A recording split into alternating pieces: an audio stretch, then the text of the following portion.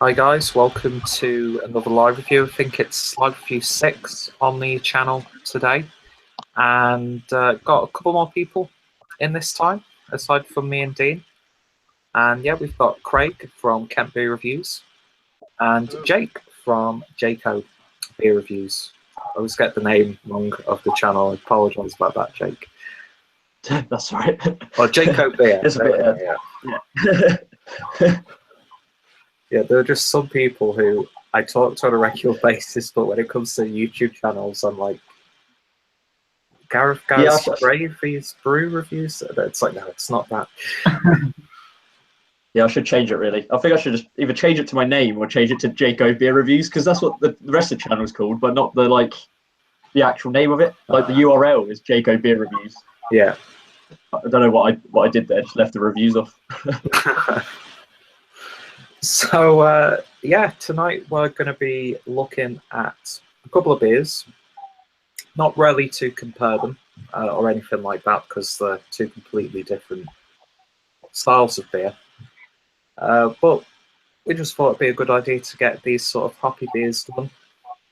And yeah, so without any further ado, tonight we're of course looking at Dead Pony Club from Brewdog, a brewery who just epitomises a love-hate brewery, especially recently.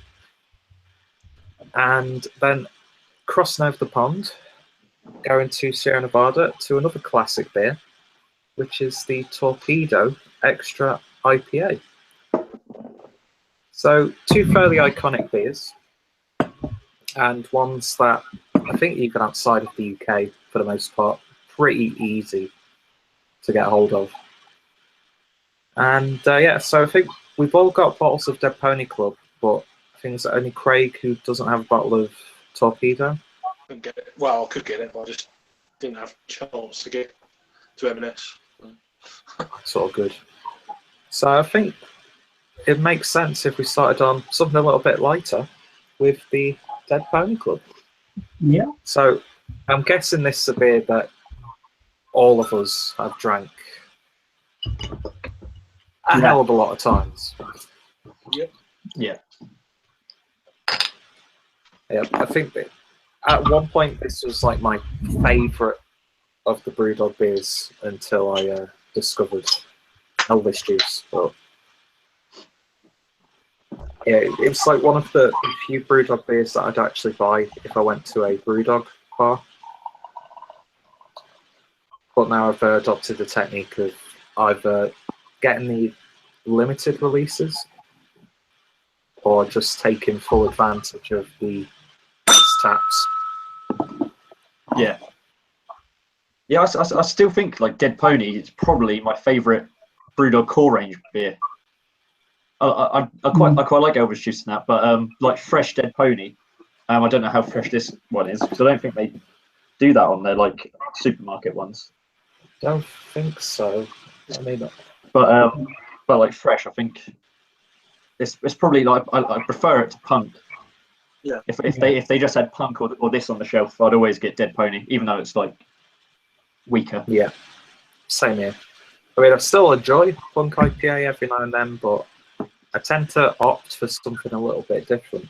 Even though Dead Pony Club, it's not exactly the most unique or one of those type of beers. But yeah, for a core range beer and for a session, in fact, we'll get into that when we do the review. But spoiler alert. So I've got a best before date on mine because this was brought into Germany from the Hofmark brewery. Mine's the 2nd of the 12th, 2017. So that could be either really fresh bottle or Brewdog would just give it quite a long shelf life. I don't know. I think these ones, they stick a year on it because I don't think they want to scare off the supermarket. But yeah, I think they put a year on all of these ones. Oh, okay. Massive, long. It's only 3 point. 5th of the first 18. Yeah, okay. 22nd of the third 18. No, so it's not exactly fresh, but it could be a lot worse, I suppose. Yeah. Mine's the 4th. Mine's the 4th of December, 2017. So it's probably similar or batch from mine. I don't know. Maybe they just changed the date for the German market. I'm not sure. But yeah, it's a session pale ale, clocking in at 3.8%. Not too sure what the IBUs are on this one. I'm sure on the Brewdog website it said 40, but if you look on Untappd, I think they have it at 25. So of course I'd opt for the Brewdog date. So yeah, 3.8%. Sorry, very light beer in terms of craft beer in general, and I have quite mixed experience with session pale ales and IPAs. They can either be really quite surprisingly good and tasty and not watery, or they could just be like hop acids and water, essentially.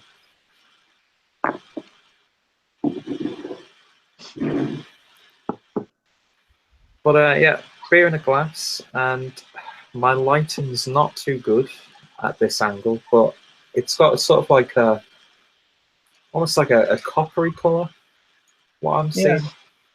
Yeah, a little bit darker. Yeah, of course, crystal clear.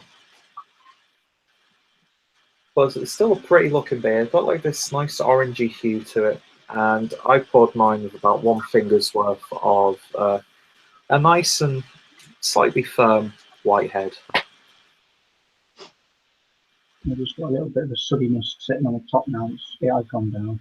Yeah, mine's got down a bit. I must have a dirty glass. Combination's pretty. There's not a lot going on with it. Yeah, not the most exciting beer, but a pretty beer nonetheless, I'd say. But when I opened it, I got the aroma straight away. So yeah, for sure.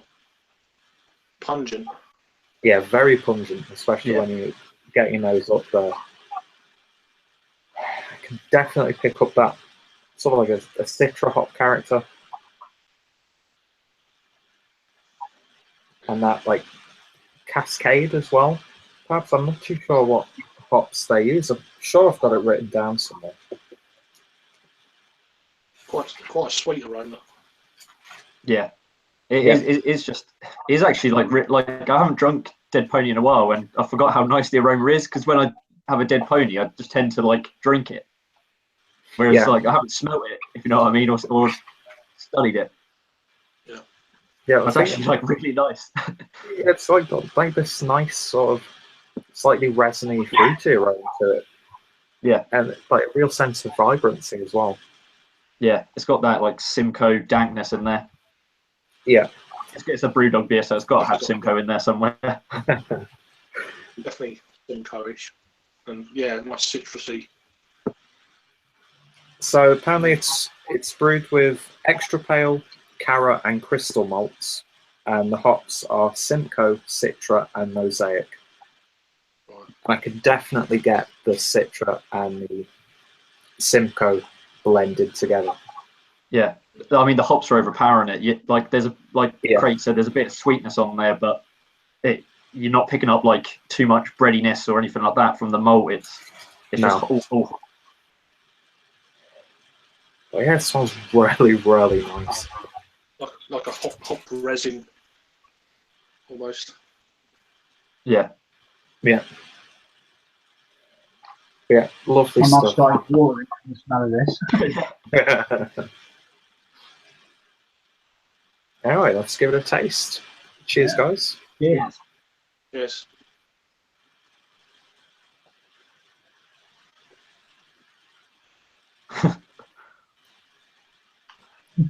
Yeah. Splendid. Yeah, that's lovely stuff. Now I've been now I've been smelling it and obsessing over the smell.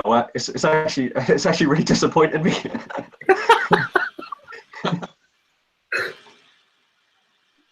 I've ruined it for myself.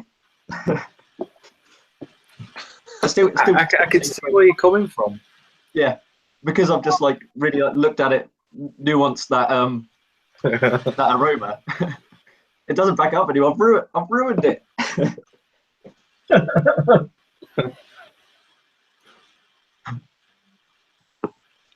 But those like again, it's that dankness comes through for me with that like nice, almost sweet grapefruit.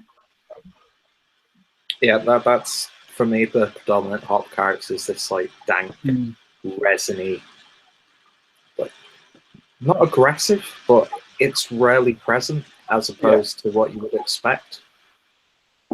But that's pretty much all I'm getting in terms of hop flavors. I get this sort of like, I always imagine it's like the aftermath of a hop that's probably been boiled a bit too long. Yeah. So you boil away the flavor and you just get that like almost sticky mineral-esque sort of flavor. It's not balanced at all, is it? It's like completely over the top, like hoppy. Yeah, you get that hop smash at the beginning, and then it's quite thin after that, body-wise. But then it is 3.8, of course. Yeah. But I mean, for a 3.8 beer, it could have been a hell of a lot thinner. Yeah. I mean, it's nowhere near watery. No. Still pleasant. Just like maybe a tad on the back end, but nothing as to say this is a bad beer per se. That's not bad. Yeah, I think it's a beer that you just drink and not think about it. Yeah. Or just to get warmed up, and you weren't reviewing it. You just sink them for the sake of it. Yeah. I can't remember if I think I've reviewed this last year, maybe. Can't remember. I can't remember what I said about it, but if I was to review it now, I would probably. It would be actually a really quite bad review because even though it's a really nice, simple, just chuck it back session pale ale, there's actually not too much to dissect. No, it is completely unbalanced. Just that there's not much else other than those hop flavors. You might get a little bit of like toffee at the end, but like it's so slight. Yeah. There's like that slight sweetness coming from the caramels. Yeah. But then just this abundance of hops just attacking pretty much all of your palate, essentially. It's more sweet than bitter. It's more sweet than bitter for me. I'm not particularly picking up much bitterness. No, I think there's a sudden rush of it and then it's gone. Yeah. Yeah. I mean, would you guys sort of agree that it's almost like a trademark Brewdog beer, as in you have it and it's sort of like it fires out quickly at you and then backs off really quick. Yeah. Yeah. A lot of their beers do that, don't they? It sort of whacks you around the chops and then it goes. Yeah, definitely. Yeah, and it's sort of like for people getting into craft beer, I think 90% of what Brewdog would brew, especially in their core range, goes along those lines of you get that first like sip, it's like bam in your face. So I mean, to some this would probably still be a little bit too bitter, I suppose. Yeah, you don't get any lingerings. You don't get any lingeringness, do you, with their beers? No. Not with this one anyway. I mean, it's a session parallel, so I think it depends. I mean, obviously our palates are miles ahead of this, big double IPAs and stuff like that. So looking at it from that kind of palate, it's not going to be what, say, someone has it for the first time, think, wow, that's hoppy or bitter, but I'm not picking up any bitterness. It's more slightly sweet, and then hops at the front, and then gone, they say. the more I'm drinking it now, the more I'm getting that not thin, but almost like borderline wateriness to it. The more I'm going down it. Yeah. It sort of reminds me of when you've let sparkling water sit for a little bit too long. Yeah. You still have that carbonation there, Yeah. but you know that it could be a little bit more carbonated to help with that lighter body. Yeah, I mean, the aroma to me smells more of what you're actually getting on the palate now. Oh yeah. Yeah, the aroma is definitely more suggestive than the taste. Yeah, I'll go with that. Yeah. Yeah, that's just quite amazing actually how just lovely and vibrant that aroma is. Yeah. That's fantastic. I mean, then the taste is disappointed. Yeah. I mean, if you could have a candle that smelled like that, yeah, that'd be absolutely fantastic. But yeah, I don't know. It's a bit of a bitter, it's literally a bittersweet beer for me. Because this one, I used to absolutely adore this beer. Yeah, same here. Are you going to be burning your T-shirt now, then, Peter? I think I will. Yeah, in protest. It's like, Brewdog, what have you done? Yeah, because I've never reviewed this on my channel or anything. So this is the first time I really sort of took an in-depth look at it. And yeah, I've completely ruined it for myself now. I don't think we're going to be able to get over this. I've had it like you guys before. I've had it loads of times before, and I've just drunk it and not thought about it. But now we're actually sitting here and reviewing it. It's sort of showing itself to how it really is, you know. And it's I reviewed this last year in a Brewdog bar. I done the normal draft version against the Dead Pony Live. And obviously draft's much better than the bottle, and the Dead Pony Live sort of hybrid, whatever you want to call it, half between keg and half between cask or whatever the hell it was. But I remember that was only last summer, and that I thought was quite pleasant there. But yeah, this is not up to that kind of level. Just a bottle. It's okay, but yeah. I think it's where palates change and stuff. Yeah, it's a good beer, but it's not the beer I remember it being, and I'm not saying that the quality has gone down. It's more to the point of what Craig was saying. You know, we've collectively drunk so much since our first proper experience with something like Dead Pony. And it's one that, would I drink it again? I'd still drink it on a semi-regular basis, but it's one of those things, wherever I'm at and they've got other options from Brewdog, I'd probably lean to something else. Yeah, I mean, it's funny, yesterday I drank, I had Jack Hammer on the draft yesterday. So I went over to Margate yesterday and I caught up with a mate of mine, and they had that on draft, but then it's 7.2, so it's going to be more. Yeah, you get a bit more. Yeah. But yeah, that's a bit I've had for a long while. But I think that's where my palate is now. All right, if you wanted to drink, you'd be drinking all day. This would be perfect for that. You could drink loads of it. Yeah. Yeah, but would you really want to session this though? No. I think after a couple of these, I'd want to move on to some. It could get a tad sickly, actually, because I've got this just lingering flavour. I can't really put my finger on. I don't know. I'm getting a slight metallic thing going on now, but very faint. So it's just sticking to the palate, you know. It's it's okay, but it's not. Yeah. You'd rather be about it, kind of thing, you know. Yeah. So I suppose by this point we would have washed it down with like a different beer.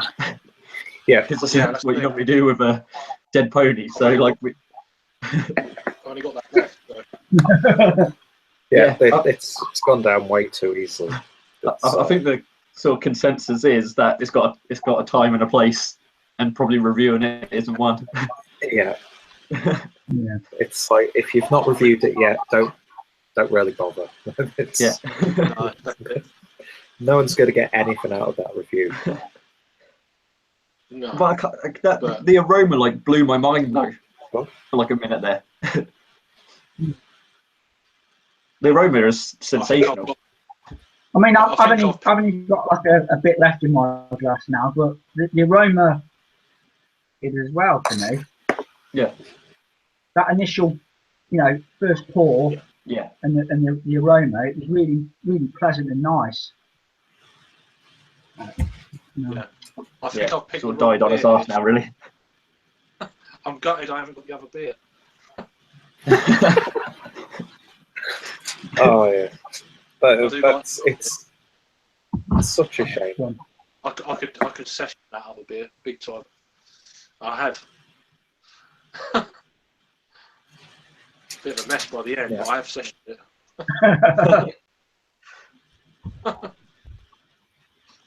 Yeah, that is actually really, really unfortunate. I think Jake has nailed this pretty early on in the view, just how disappointing. The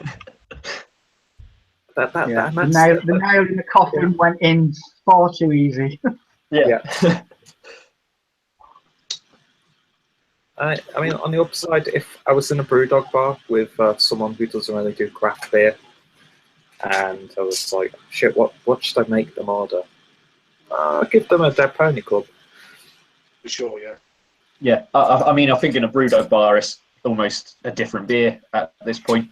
I think they've got a line just for they've got like a bottling line just for the supermarkets.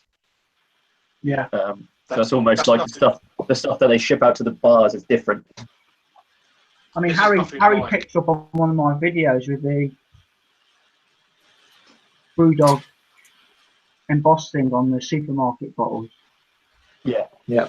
I mean, mine's got the embossed thing on it as well, so that'd be a shame if they were exporting the stuff that they're sending over to supermarkets. Yeah. Yeah, you'd think they'd want to export their best, but I don't know if that's Brewdog's thing anymore, really. Yeah. Well, yeah. I think it's their AGM today as well, funny enough. Yeah, did you see the big news that came out from it? 22% of their business is owned by some share like firm who's got stake in other companies. So it's a bit of a fuck you to all of the people that have put money into it. Oh yeah, that's such a shame for the people who. Well, I didn't. I wanted to just to get the discount for the beers. Hey, yeah.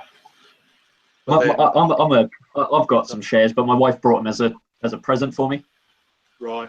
But I don't know if I'm going to cash them out now because you can cash them out now. They've done this takeover thing. Well, they're not being taken over. It's only a percentage of the business, but sounds like it's going down that road. Yeah, or you can get like 6 cans of their next collaboration with Cloudwater or something. Yeah. So I might keep it a bit longer and get the 6 free cans. Funny enough, talking about Brewdog again, I noticed that their recent Born to Die, they're canned it. Yeah. Which I noticed today on Instagram. Like, so I don't know if that is what's going to be going on in Leeds next week or whatever. I don't know. Yeah, I have to see on that one. Anyway, I derailed the review then. It's all good. Yeah. All good. But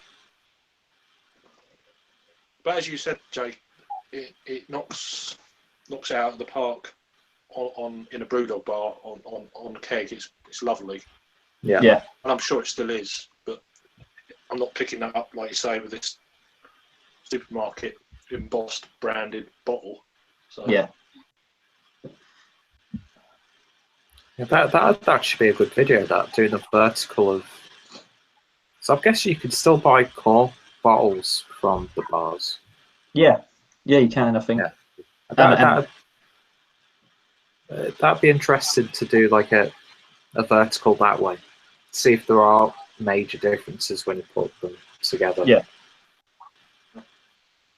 I've done the vertical with the Dead Pony Live and the normal Dead Pony. I'm not going to do it anymore. Can't be asked. I still want to try the live version.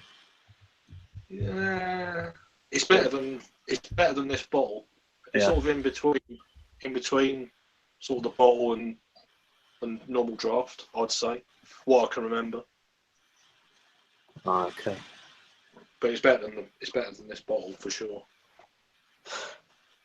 Yeah. It's like, because I know in most supermarkets they have the 6-pack with the plastic holders on. And I think they're all pretty much the same price, aren't they? Like Brewdog beers, when you buy them for like Tesco's and something like that. Yeah, I think they're all around the same price. Yeah, it's for 4 cans. I mean, they had the fiction in my local Sainsbury's the other day. I nearly picked up a 4-pack of that. Yeah. I've never had that at all. No, same here. There's quite a few actually core beers that I've not tried yet. Yeah, but then tasting this, I'd think, well, I'd rather have it in a Brewdog bar now. Yeah. I mean, yeah, sat outside in like the middle of spring or summer with a pint of Dead Pony Club, that'd be fantastic. But this is just, it just doesn't live up. It's okay, but it's a little bit disappointing because what I've had it last year, and it was like, oh, that's quite deep for the ABV, etc. Yeah. Yeah. So, if you were to rate it, what would you guys give for Dead Pony Club? I don't know. Low. No. To be fair, I think I'd do it. I think I'd do it sort of a 2 out 2. I don't know. I don't normally rate stuff, but like 2 out of 5. I'd still give it. It's not like undrinkable. Mm-hmm. Yeah. But yeah, I'd give it like a whatever rating system you normally do. I don't know really, but 2 out of 5 probably. Yeah, I'd give it about 5 out of 5. Mid, down the middle. It's okay, but it's not horrible, but it's okay. Mm-hmm. What about you, Dean? Yeah, 6 out of 10, something like that. Yeah, I think I'm pretty much aligned with that. Yeah, I get it with beer. Yeah, it's just a little bit above average. Yeah, I'd say. So I'll quickly go over what the websites give it. So Rate Beer gives it 89 overall, with a 91 for style. Wow, that's high. Yeah, Beer Advocate gives it 85, and the Bros haven't reviewed it yet. And Untapped has it at 3.61 out of 5 from 81,382 reviews. So a lot of people have this in quite high regard, actually. Yeah. It'll be interesting. I'm just going to look back on my when I first ever put it into Untapped and see what I gave it. I reckon it was probably quite high. Yeah, I think even my last couple of times quite a high rating because I was just more casually drinking it. It's amazing. 3.5. I gave it even back then. Yeah. I thought it would have been higher. Yeah. That's a 7 out of 10. Yeah, I suppose. Yeah, so probably works out about right. I never get really ratings into my head really because like the rate beer system just baffles me. Oh yeah, I don't get the rate beer system at all. I just do halves for a 1 out of 10 and just double it. It's easier. Yeah. So I'll do it.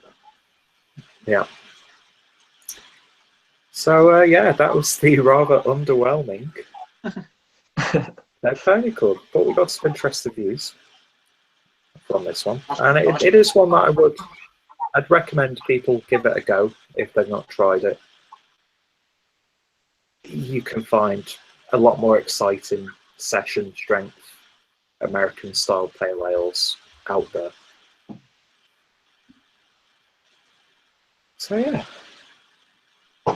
So we're now going to be moving on to something which I'm guessing is going to be a little bit more special. But before we do that, I'll quickly see if we've had any comments on the chat. The only comment we've had is from Rod JB Adventures, and it says, "What's happening, guys?" Hi, Rod. If you want to join, feel free to do so. Posted the link in the group. And yeah, so moving on to Sierra Nevada's Torpedo IPA. I'm guessing just like the Dead Pony Club, you guys have drank this quite a lot as well. Yeah. A while back, I had it a while back. I say a while back, over a year ago now. This used to be a go-to beer for me for a little while. Used to get quite a bit. Yeah, I remember I used to always gravitate more towards the pale ale. Yeah.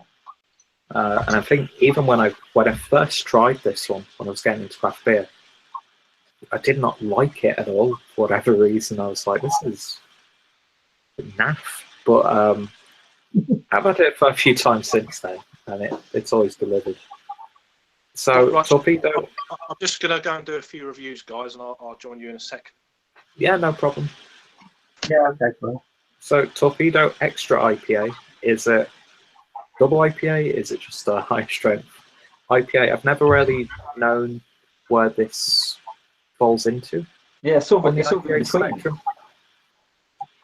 It's sort of a high ABV IPA and a low ABV double IPA. Yeah, I've not seen too many. Before the word came out, it's a double IPA, isn't it? Yeah, really. But before Dick appeared on labels. So 7.2% with an IBU count of 65, I think that is. And the best before date on my bottle is 7th of the 7th, 2017. Oh, mine's 29th of the 7th, so pretty similar. Bingo, 29th of the 7th, yeah. Oh, nice. We've got the same match. Mine was imported to Germany from Vertical Drinks Limited out of Leeds, funny enough. Oh, that's funny. Yeah, because you usually find like Well, it's Smith and Turner. Yeah. That's quite odd. That I did not expect Leeds to be exporting Sierra Nevada to Germany. But, yeah, but Vertical was quite a big distributor. Ah, okay.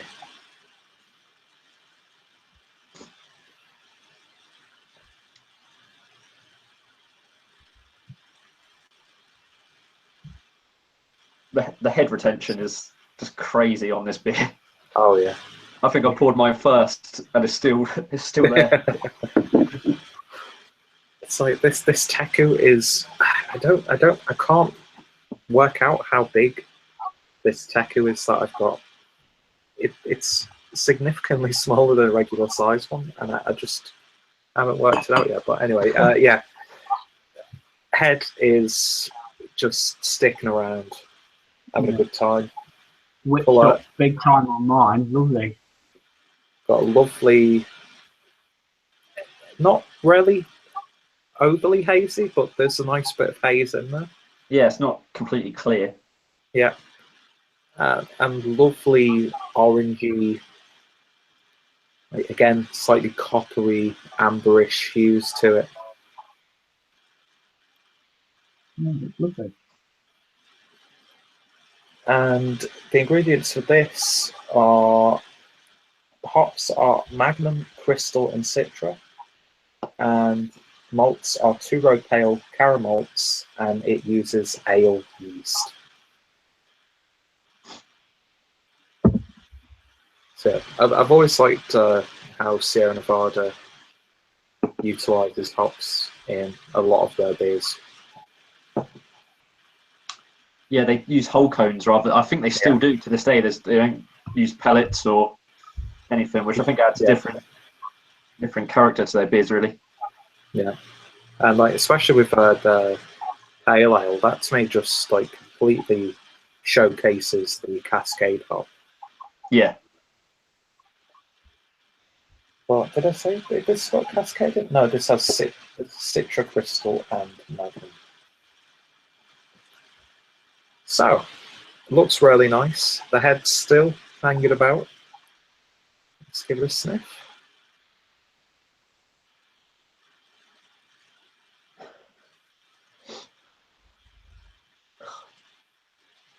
It's already like just a more balanced beer. I know we're not comparing to Dead Pony because they're completely different, but this you pick up so much. There's a little bit of herbalness, a little bit of like breadiness. A real sense of maturity to it. Yeah. It's not in your face. It's not a loud beer or anything a loud beer. Yeah, I know what you mean. Though. It's not. It's not like it's balanced. It's not like shit. Like the hops aren't screaming out. The malt isn't screaming out. It's all in there. Yeah. Right, yeah. But yeah, lovely. You can definitely pick up that caramel in there. Yeah. And it's not a boozy aroma, but you can tell that this is a higher ABV beer just from the aroma.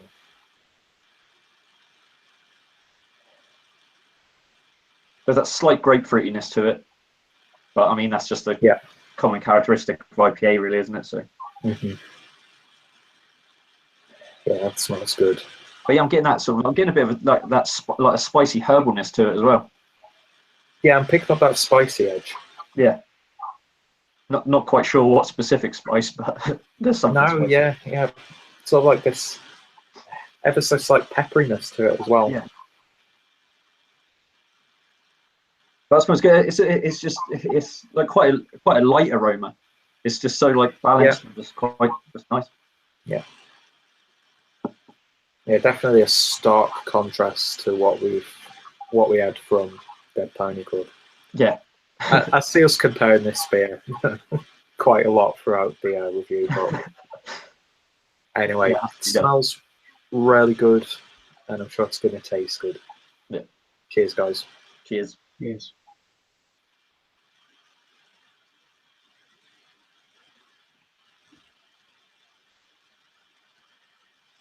Oh, that's better. Oh, it's miles better.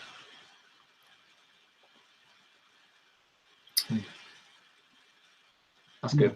That head gives it such a creaminess, I think. Oh yeah, I love it when that incorporates with the beer. Yeah. Yeah, this is not thin in the slightest. No way. It's got like a slight chewiness to it. Yeah. Mm. Again, that balance comes through for me. It's like you get sort of it finishes nice and bitter and dry, but the hops don't overwhelm it. Yeah. Yeah. Those malts. Yeah, that body is just. It's not a really heavy body, but it's got. I'm not picking that 7.2 up. No. No, I'm not really getting that.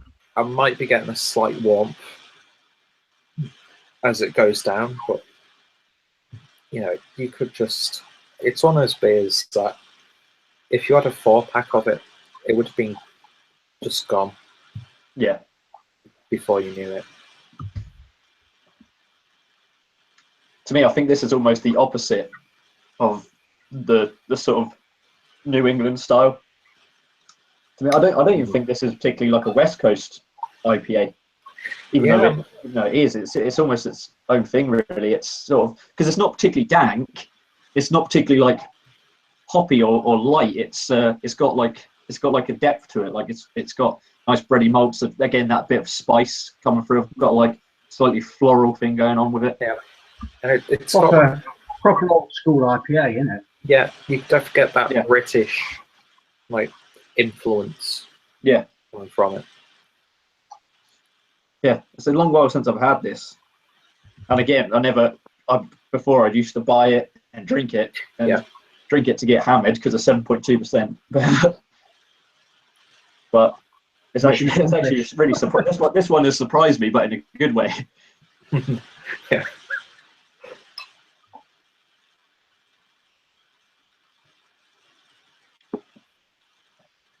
Yeah, I don't know about how fresh, because I got this from Marks and Spencer's. I don't know how fresh they get it. They probably give it a big shelf life again, but yeah, it doesn't take it doesn't just taste of like one thing. So I'm assuming it's sort of fresh. I think as fresh as we're going to get from a distributor. Is yours from Fuller's as well, Jake?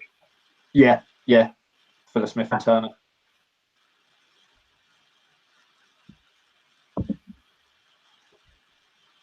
Mm.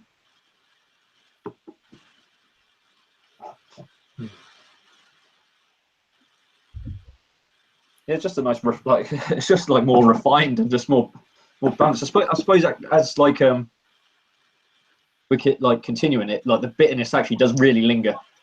Yeah. Like it's like still building. Yeah. It's just for me it's pulling and pulling. Yeah. And it lingers for quite a bit.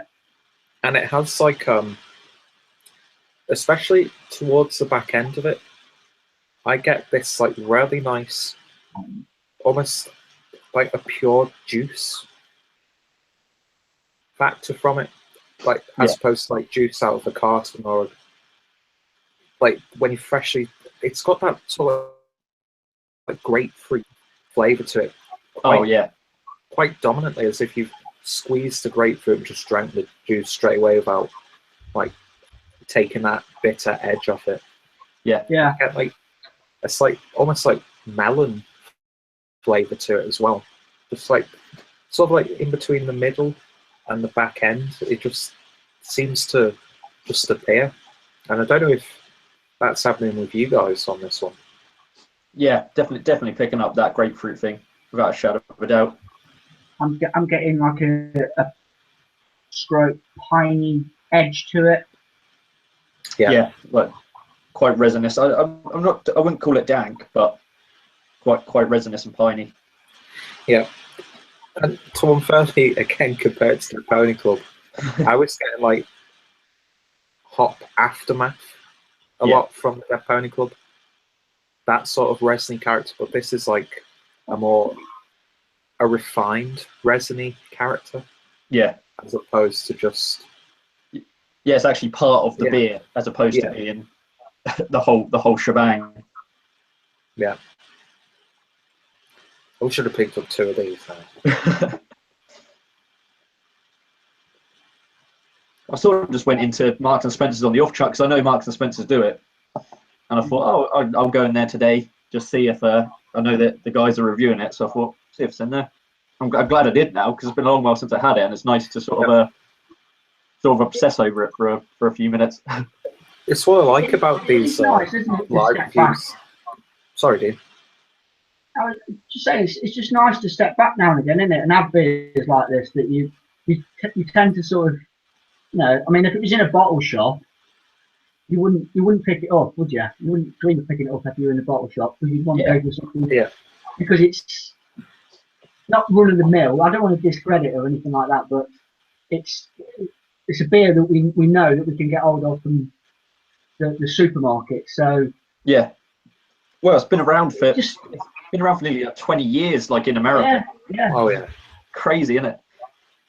I mean, like Sierra Nevada and Anchor, they make great beers, but sometimes I think we forget about them, don't we? Because there's something else going on. Yeah, I definitely do. I sort of always forget what I can get straight away and just keep looking online. Yeah. Like chasing the newest thing, but I forget what's in the shop next door, sort of thing. Yeah, it's crazy, isn't it? Like you fall into that trap of just trying beers once, and then looking for something new again, and then something new again, and then you look in the supermarkets and you've got stuff like this available to you. Yeah. And you start thinking to yourself, why don't I take, like, just buy 6 and just put them in the fridge? Just like leave them there, and then when I just fancy having a casual pint or something. That's something that is actually is where the Americans differ from us quite a lot, where they have that 6-pack mentality. Yeah, like 6-packs are just. I mean, when you buy Stone beers, you buy a 6-pack of it. We just don't have that here. Like, I mean, I don't. I always buy single beers. I rarely try a beer like twice. And it's been a subject of a lot of like podcasts I've listened to recently about the sort of like I listened to one with Pete Brissenden, who's from I think he's like the marketing or salesperson at the bottle shop, and he was saying they're a massive importer of American beers to the UK, and he was saying on that podcast that's something that they want to do, is to get people getting those 6-packs. As opposed to just buying those one-off beers. Hence, like, I suppose Brewdog have tried that in supermarkets, haven't they, with their crates of Punk IPA now. And I mean, you can see Brooklyn Lager, you can get that in 10 packs or 12 packs. Yeah, and so the Goose Island stuff. Slowly, isn't it? Yeah. I think it might be in a couple of years' time. It might be the norm to pick up 6 of a beer, but I mean, at the prices you pay for a single can of craft beer, I wouldn't pick up that, like something like I don't know. These are actually quite reasonable, the Gaia stuff. Yeah, but still, like a 6-pack is going to cost you sort of like 14 quid maybe. Yep. For 6 beers, and you think you could spend 14 quid on 6 different beers? Yeah, variation. As opposed to being like anchored down to just one. Yeah. So that's I suppose is the difference, but obviously it might change. I think if we weren't beer, I mean, my personal opinion, if I wasn't reviewing beer on YouTube, and I just liked it, I probably would pick up a 6-pack or a 10-pack of one beer, because I know I used to do that before with supermarket beers, and why I wouldn't. I wouldn't now, because I like to just keep trying new beers all the time. Yeah. It's the excitement of just picking something different, or whether it's been out for 10 weeks, or whatever. I just want to try it. Exactly. Yeah. That's the thing, because I probably drink more offline than I review, and still that's single cans or single bottles or just a half in a pub sort of thing. It's even when I'm out, the other day I was at the bottle shop in Canterbury, and that was the first time in ages where I had 2 halves of the same beer. So even when I'm not reviewing stuff, it's still single beers. Yeah. It's just anyway, I've derailed the review again. Oh, no, it's all good. It all comes full circle. But yeah, I'm exactly the same. I mean, since I've been here in Germany, I've just been like, I've never heard of this before. I've never heard of this before. Yeah. And even like some of the best German craft beer that I've had, I'm like, I could easily, for like the next couple of weeks, drink like these fresh bottles in the bottle shop. But then I think, but I can do that, or I can buy 3 or 4 different ones, like you were saying, Jay. And it's just it's like this weird mentality that you find yourself going into. And I can think of only like a few beers that I buy on a like somewhat regular basis, or I drink a lot of. Yeah. Sort of like Brooklyn. We can get Brooklyn Lager and Brooklyn East IPA, I think it is. And you can only buy that in 4-packs. And that's probably the only time that I actually buy a 4-pack of beer. Yeah. And I do that like once every 3 or 4 months. So it's just like these weird habits that you fall into when it comes to beer. Yeah. And I do exactly the same with beers like this. Torpedo. I mean, I think I've drank it 2 times over the past like 4 months or something like that. and yeah, it's just crazy because it's such a good beer. It's a really high quality beer. Yeah, that's the thing. The quality's good. Do you think you could have a couple of those in a row? I think I could only manage one, and then I'd have to move on to something else, I think. I don't know. I'd have to be in the mood beforehand to have a couple. That'd be a good, to me. That's a perfect beer to sort of end a session on. Sort of a nice balanced, sort of malty, hoppy beer. I don't think I could do a few. I'd have one, and then I'd probably step back a bit and go down, have another session beer maybe, and then probably go back to it again later on if I was still standing. Yeah, it's one of those things where if you've got a few bottles of it, you drink one at the start of the session, and then in your drunken stupor, you're like, I'm in the mood for this. One of those. It's almost like thinking about it now. Like a lot of the times when if I've had like a session, I always like end on a stout, and this has actually given me like sort of like stout-like characteristics. Obviously not like chocolate or coffee or anything like that, but it's quite a big beer. It feels like to me, without being like overly alcoholic. The pudding is, isn't it? A stout? It is. It is like a pudding. I'd have to agree. Yeah. If you get the right one, it is. You know, a creamy bloody pudding. Yeah.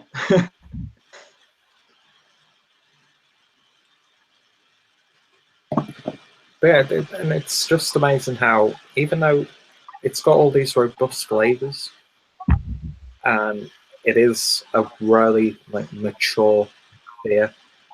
Yeah, it's amazing how drinkable it is. Yeah, I actually think it's funny that it's I actually think it's funny that it's almost an M&S staple in England. I think it is. It's not a beer that if someone said, "Oh, what's all this craft beer lark about?" I wouldn't give them a Sierra Nevada Torpedo. I'd say try the pale ale. Yeah, and then work up to that. Yeah. So some of the stuff that I've seen when I've been back in England in the supermarkets, I'm like, it's crazy. It's like canned, like Flying Dog beers. Yeah. It's like, I would never have thought you'd see stuff like that, and like Nognier, some of their beers, and I picked up some of the Nognier beers when I was in M&S getting this. I've got like a saison in the fridge. Yeah, but it's good. I've got really mixed feelings about craft beer in supermarkets. Like I like it because it's convenient, it's cheap, compared to actually getting craft beer from like a bottle shop. But I just don't know if it like devalues the brand. Like for example, like the Stone Berlin stuff being £1.32 a can in Tesco's. Yeah, I don't know if that sort of like devalues the brand that Stone's trying to build. Yeah, because you can't get that in America. Like a 6-pack of Stone IPA won't cost you the equivalent of £1.32 in America. It's a weird thing. I always feel like I'm like, I don't want to buy it, but I'm going to because it's cheap. Yeah, the Stone stuff that you can pick up in supermarkets here, especially the Stone IPA, not that much more cheaper than what you pick in England. I find that really quite crazy, actually. Just how quickly Stone Berlin's been put out into the market outside of Germany itself. I think that was their plan all along. I think that's the reason they did it, is to be in Europe, and obviously England must be a big part of that. Yeah. Yeah. How do you guys feel about supermarket beers in terms of like craft stuff? Well, for me personally, because I'm more based in Germany now, to me it's the perfect situation where if I go to the supermarket with like my mum or something to pick up food, and I'll be, it's all right, Mum, you do the shopping, I'm just going to go over to the beer, and I've got like a big pile of beers that I've always wanted to try, and I've been genuinely surprised by what's available there. and it's again that convenience. Oh yeah, that's the big factor. It's magnified more for me because I'm just used to specialty bottle shops here in Germany, because the supermarkets, they're starting to creep into that sort of craft beer stuff. So when I'm seeing all of these like imported craft beers at supermarket prices, I'm like, I'm going to make the most of this. I was planning to go to like this bottle shop this week, but I can spend like half of what I'd spend in that shop and get double from the supermarkets. But I can see that it could potentially be a problem. Yeah. Because it's not just breweries having like some of their beers in the supermarkets, it's when breweries adapt recipes for the supermarkets. Yeah. And then you've got this whole question of, especially with the imported stuff, like how fresh is that like can or bottle on the shelf? So it's like a double-edged sword. Double-edged sword's a bit too harsh to say, but I can see the problems. But for my situation personally, it's perfect because I can have good cheap beers to drink and review when I'm back in England. Yeah, I mean the example in of recent times that of absolutely ruining a reputation of a brewery is the Vocation stuff. Mm-hmm. Yeah, I remember having the can of Vocation Life and Death, and it was going, whoa, this is one of the new best session IPAs about. And then all of a sudden they got that Tesco's deal, and the quality just tanked because they couldn't keep up with it. It may be perfectly fine to someone who's never drunk that original, but I remember that original. Yeah, I had one of their beers the other day. It was the Yakima Pilsner. Oh right. From Tesco's. It was all right. It wasn't too bad, but it was nothing amazing. But I mean, it was a Pilsner, but I've had better ones. Yeah. I was just drawn in by the artwork on it. Yeah, they did. It does look cool. Those cans do look cool. Yeah, they do look good. Yeah, you've got two out, haven't they? I think Northern Southerner, he reviewed the other Pilsner that they brought out. I don't know what that was called. Yeah, there's like a green can and a purple can, isn't there? Or like a yeah. Because the other thing is with Tesco's that they've got the Oscar Blues stuff in there. Yeah. Yes. And like the Oscar Blues Pale Ale, they're selling for like £1.80 a can, same as the rest. But in Colorado, that's still an expensive beer, and that's where it's brewed. Mm. Like they still have that like thing of exclusivity with that pale ale. That here they're just like they've like abandoned, and I don't know. I just don't know the reasoning behind it a lot of the time. I don't know if it's just convenience for them, and obviously they just make money out of it. That's probably the biggest reason. Yeah, buying power, isn't it? Yeah, it's a funny one, but I mean, I say that, but I still buy them. Like I still drink them because it is convenient. Yeah. I'm embracing all this craft beer coming into supermarkets. I do like it. I don't want to see it all. I don't think it will, but I don't want to see most of it tipping into it, because I think it's going to be like the old sort of, the supermarkets decimated the bakers, the greengrocers. Yeah, exactly. You know what I mean? And then next it's going to be the bottle shops getting fucking skipped over because Tesco's are just. They're the ones getting shafted. I mean, that's what I'm afraid of. I don't think it will happen though. Yeah, I mean, there's Stone Berlin, the Stone Berlin IPA, £1.80 a can most places in the supermarket, but in a bottle shop it's still like £3 a can, £2.80 maybe.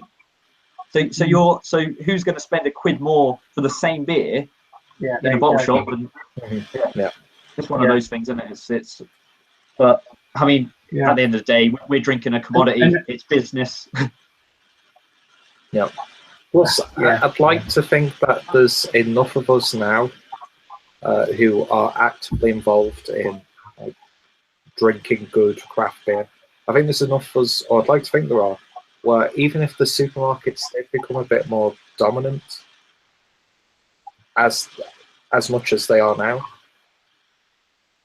I don't think like the industry will suffer too much, and independent bottle shops will still thrive because people still want to go to these places and they still want to support the distributors, the brewers. I mean, Tesco's are never going to be. They're never ever going to be able to get their hands on small batch stuff, are they? No, we're never going to see Omnipollo anagram in Tesco's. We still have to go to the bottle shop for that. Although some of the Brewdog beers that some of the supermarkets get, I'm like, you can buy that there. Like the Tropic Thunder and is it what's their pumpkin beer? Is it Pumpkin or Pumpkin? Yeah, Morrison's do that. That used to be a real exclusive for them that they released every year. Yeah, and then Morrison's have it. Was it? And I saw an advert. Was it Santa Claus as well? Was that out? Santa Claus, they released that. Yeah. And it's like that's crazy that those beers there. And I think when I was like back in Germany just after visiting England, I don't know where I saw it, but they were selling the pumpkin beer from Brewdog, like 99p a bottle. Crazy, probably because it's so old. Yeah, but yeah, that Tropic Thunder really threw me because I remember there was a little bit of a fuss about that because it was new in the bars and on the websites, and then like within a couple of weeks, supermarkets had stock of this somewhat small batch. Yeah, well, they said it was small batch. Whether they brewed that like a just shit came ton of out it. when I went to Norwich. I had half of that in the Brewdog in Norwich. I think they just launched it. Yeah, it was all right, from what I can remember of it.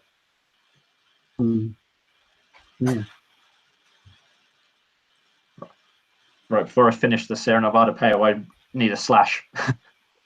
No, not Pale. Torpedo. I'll be back in a second. So, how much did you pay for your bottle, roughly, Dean, of this? My Torpedo.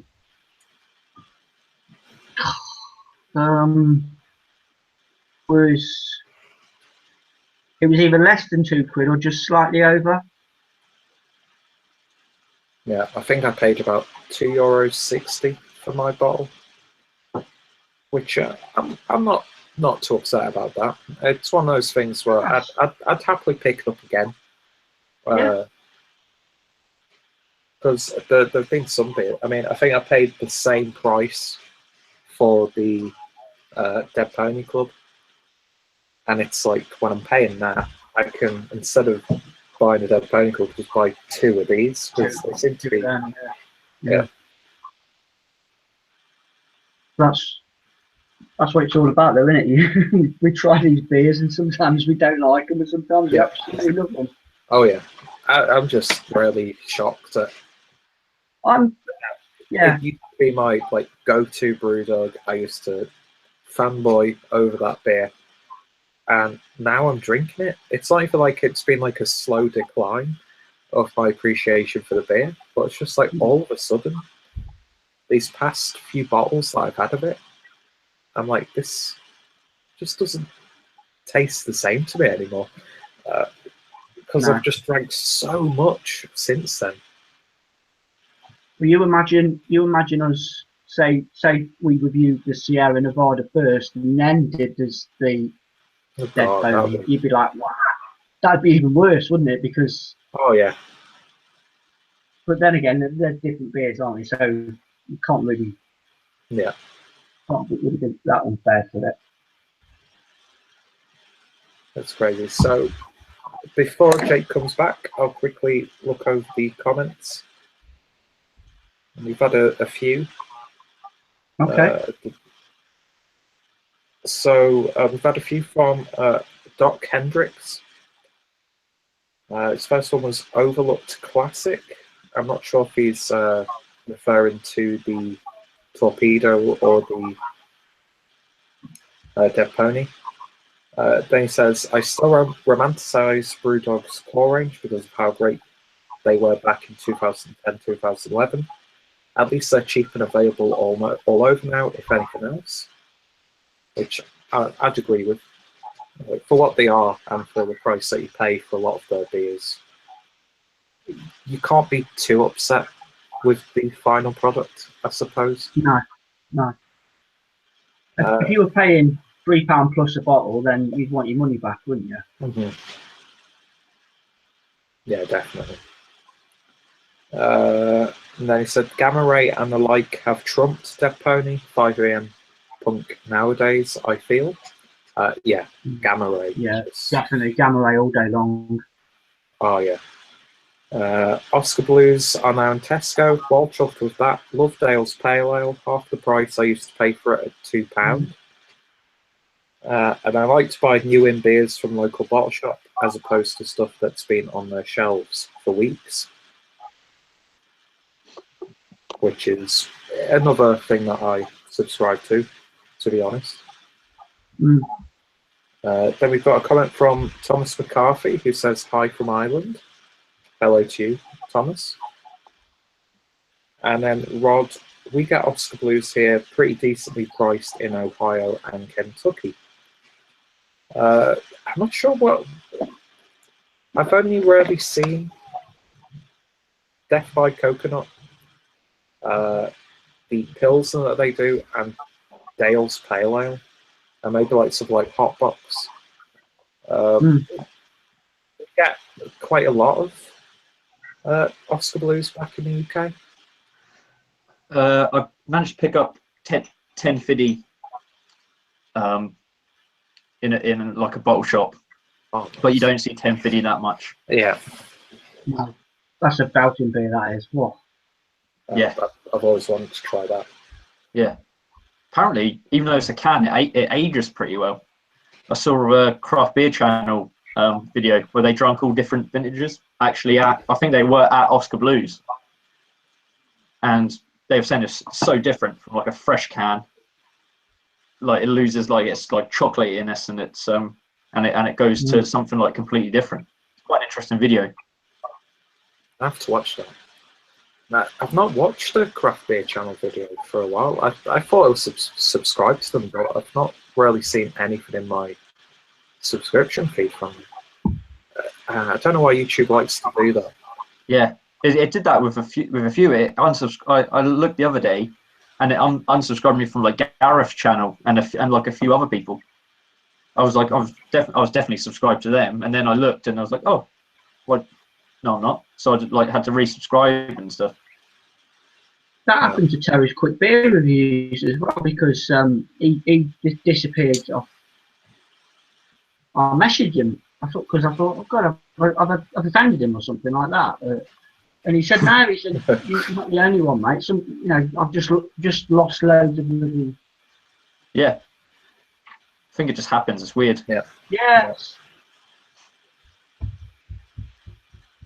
So we'll quickly wrap this up, and then we'll open the chat up to pretty much anyone who wants to join. So if you guys were to rate the Torpedo, what would you give it? Oh, it's got to be up there in the 4s, in the 4 out of 5s for me. Or what does that equate to? 7, 8 out of 10s. Yeah. That's what yeah. It's still really good. Yeah. What about you, Dean? Yeah, 8 out of 10 all day long for me on this one.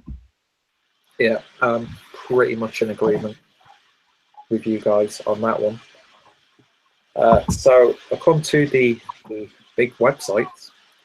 Rate Beer gives this 97 overall and 97 for the style.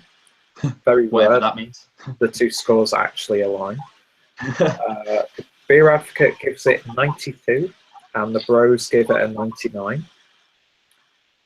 Untapped has it at 3.76 out of 5 which is coming from 243,116 reviews. God. So yeah, a very, very highly regarded beer across the board. So, as I like to do with these live reviews, I like to look at all the websites and see what the highest rated is for the specific styles that we have. Yeah. So, according to Rate Beer, the best session IPA comes from Tide Hands Brewing Company, and it's their Virgins and Diamonds, which is 99 overall with 100 from the style. Don't understand why it's 99 overall, but 100 in the style. But oh well. And the best all-round IPA, surprise, comes from Trillium with the Melker Street, which has 100 overall and 100 for style. Beer Advocate's best American style pale ale comes from Toppling Goliath, and it's the dry hop pseudo Sue, I think that's called. And that's the. I like the pseudo Sue. I haven't had the dry hop one. I think that's the Citra dry hop. That gets 100 overall. 100, and the Bros haven't scored it.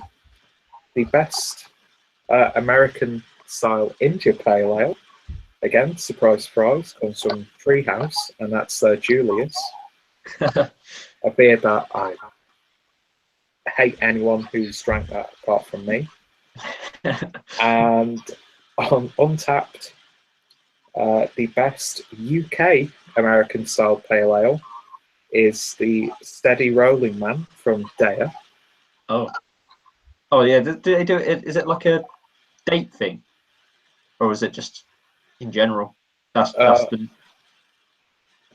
I'm not too sure. I just you can go on Untapped and you can go to top rated. Yeah.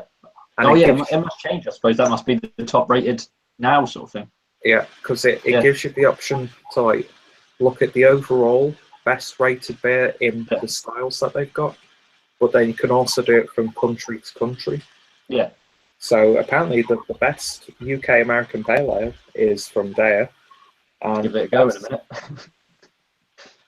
And the best American style IPA is once again Julius from Treehouse. Did I say Trillium the first time? I meant Treehouse. So yeah. That concludes our reviews of Dead Pony Club and Torpedo.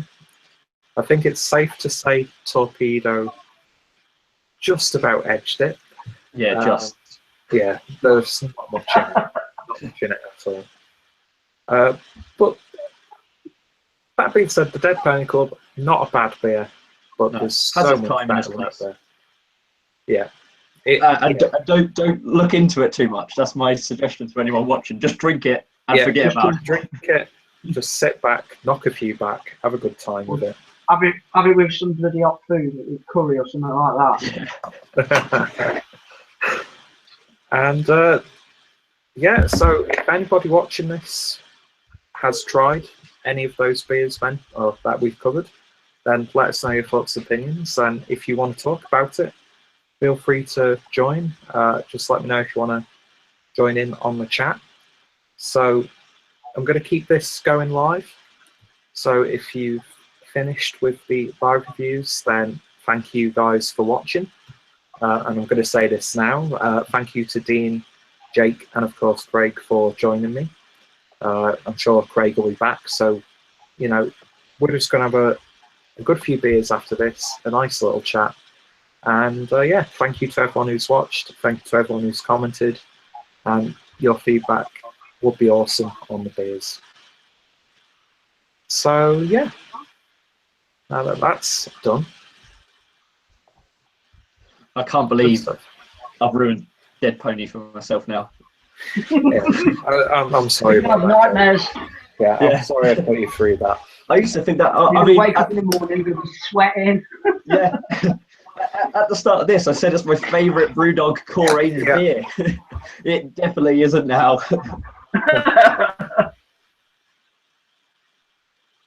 That's funny. So a couple of comments before we carry on. Doc Hendrick says, cheers, guys. I don't have a beer right now, but cheers to you too. Cheers. Thomas McCarthy gave Torpedo 4 out of 5, which I think is very well deserved. Yeah. I'm going to pop off, do a beer review, and then I will be right back. Yeah, I think I'm See you in a minute. Now, see, did Peter say Doc Hendricks was commenting? Yeah. I think he's going to Hop City. I'm pretty sure Doc's going to Hop City, so remember to say hello if you are.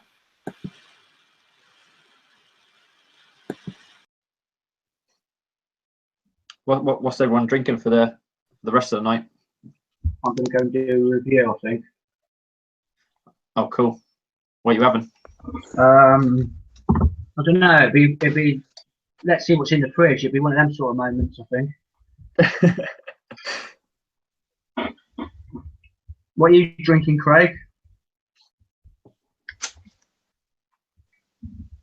It's juicy. Movie. Yeah. Nice. Yeah, I mean, I've been quite lucky with this one. I actually had it on draft yesterday in Margate, which is like, what? just fluked upon it. So that's the second draft. You put a post on Twitter about, was it £3 a half, was it, or something like that? You put on there. That was in before I got trolled on Periscope. No.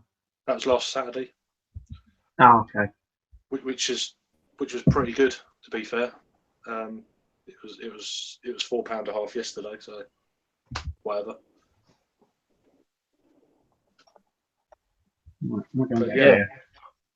So I've just done a review of that, and cool. I've just done a review of this collab. Oh yeah, that's supposed to be. Was it any good or? It's quite dry, quite unique. It probably wouldn't be to everyone's taste. I liked it. Yeah. It's wet.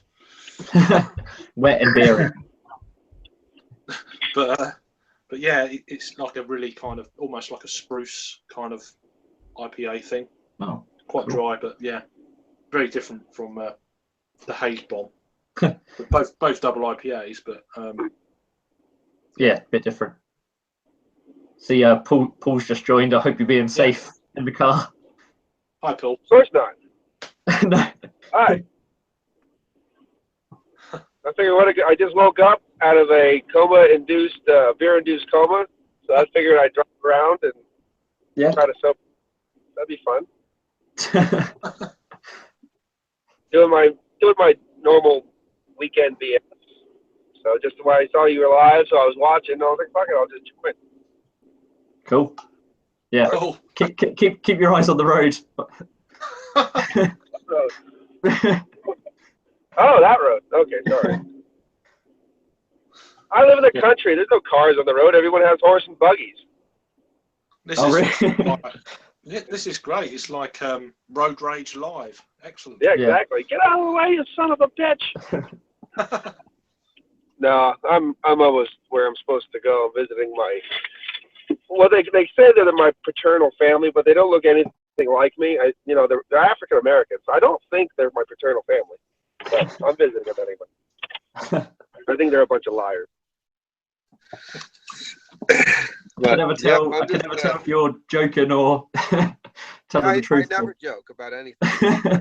If you're really, if you hear anything crazy, I'm always serious. I never joke. No, of course not. No. Nope. Yeah, I just showed up. I'm popping. For a while there, especially when I lived with my ex, she was drinking a lot. So I took all the beer that I have that I was just cellaring, and I took it over here and I put it in the basement just to keep it safe. And to keep it safe from me, too, because if you keep it out of your reach, obviously it lasts longer. Exactly. So I brought I got that KBS case of KBS, so I'm going to pop it down in the cellar, let it linger and chill. They done the bigger bottles this year. Was it for the first time or? Yeah, the bigger bottles are a first-time release, and in my area, they're generally $20 a pop. Fuck. Right. Well, in the UK, what is that? 38 cents. So I mean, that's a good deal. That's a good deal. Yeah. Yeah. So Yeah. in Canada, I'm sure they're $48 a bottle, something like that. So, I think Canada's $800 a bottle. Yeah. Yeah, but no, everything's good. I got the KBS going. This is the first time I ever got a case of KBS, so it was pretty fun to get a cold case of it. Yeah. It's like fucking rock That's and roll. good. I'm getting Robert? getting a case of the CBS in November. I prearranged it, so I was like, okay. I had to Cases suck a you Americans. Yeah. Well, I don't know. My throat is gonna be raw for a while after that sucking. But I secured it, so that's good. This year's KBS is tasting damn good, actually. Yeah, it's super smooth. That's the one thing about KBS, except for the 1 year. I think it was 15. It was Yes. really, really, really tannic forward. And I'm like, wow, this is almost the drinkability of KBS is the thing that makes it a superstar of a beer. The taste and the drinkability. Yeah. And like I think I think 15 I was like, ah. It 15 well. just had that kind of like big bourbon kick. You mean it had that kind of like red apple. I often get red it had apple a from huge kick, like and excessive the malt tannic bourbon. note that I was like, I'm trying to get over this. I mean, like Yeah. it's just it wasn't reminiscent of 14 so much because 14 was really, really good. Yeah. But it's still good. It aged quite well. A year on it was mulled better. Mhm. But last Really? year's was definitely because I think I bought a 4-pack. I think I might. I liked it fresh. Still I liked it love fresh. You get on the coffee. Yeah. It just was more rounded. The coffee was still present. It was nice, but I preferred the 16 over the 15. Actually, my friend did the 16, and he said he was pissed off because the coffee was gone. And I remember I drank mine about a month or two ago, and I remember like there is charry, smoky, roasty, toasty goodness you get out of it, and you get milk chocolate, baker's chocolate, and stuff. But I remember now that I think about it, I was like, no, I wasn't really getting a full coffee anymore. That did die. And usually, coffee in the KBS sticks around for a little bit longer than that, but the 16's coffee did die off pretty quickly. Oh right. Yeah, that's why they give. I think they give it quite a short shelf life, and especially with like breakfast stout. I love breakfast stout. Sadly, we've not seen any of that in the UK this year. But that is still a seasonal, just because they say. Because I bumped into a fella from Founders at. Me and Simon were in a pub in London around GBBF one year, and Simon was trying to beg this guy for the bottle of KBS that he had in his bag, but he told us that the coffee drops out. That's why they put a relatively because it's like September to like January, February, I think is breakfast stout. But I love that beer. It makes me sad that I haven't had one for like over a year. Shelves here, the breakfast stout, I can still get that. I always thought their plain Jane Imperial Stout was a very good beer. That ages nicely. I did slightly appreciate and slightly want to kick everybody in the Founders right in the balls because they did an April Fool's thing where they said they were going to release the base beer for KBS, and my friend told me this. He goes, "Oh my God, they're releasing the base beer, the IRS or whatever it's called. You know, the base beer for there." I'm like, "Oh, that's awesome!" And they messaged me. He goes, "Yeah, that was an April Fool's joke. Sorry about that." Oh yeah, they called it IBS, didn't they? Yeah, IPS or something like that. I remember that now. Nice. I've always thought drinking that would be like drinking the.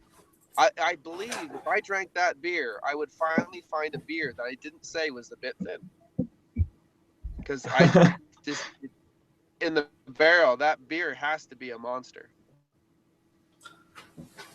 Yeah. Oh. See, for me, I mean, I don't know about you. Probably a nice question, actually. I mean, what's the kind of thickest beer that you've got that you've had? For me, it's is it Big Ass Stout from Lervig and Evil Twin? That was just Big Ass Money Stout. Yeah, Big Ass Money Stout. Yeah, that's it. Yeah, they put money and breads and pizza in. Yeah, it's 18%, but that was just so. It's so full. Yeah. It's like It's like drinking mousse. Beautiful. Well, and it's actually really good. They've just redone it as well. Yeah, I saw that. Hop and Saw that Frog it's has redone. a Doris the Destroyer, a double oatmeal imperial stout. Yeah, That's really that's great, good. and the head on it is probably one of the darkest heads. It's almost as dark as the stout. It's one of those kind of deals. And I drank that, and that's a coating viscosity where you got to chew it a little bit and then swallow it. You know. Yeah. So I mean, I was like, that's pretty awesome. But I went bigger. Like I'd have to actually like get a Heimlich every time you drink the beer because it's stuck in your throat. I like that. Now they released this year or last year rather, because this is a different year because I'm an idiot. Taurus. It was the triple oatmeal imperial stout. So I think it's called. So I definitely want to find that because that's got to be just stupid. Yes. We got some. I think we got a little bit via Brewdog, maybe Beers Europe. I'm actually just going on Beers Europe to see if there's some of that knocking around. They've done loads of different barrel aged versions as well, I think. What was the first beer you've had where you're like, God, the mouthfeel on this is fucking sick? Like the first beer where you remember drinking. I don't know. That seems like such a long time ago. I mean, I guess you don't really.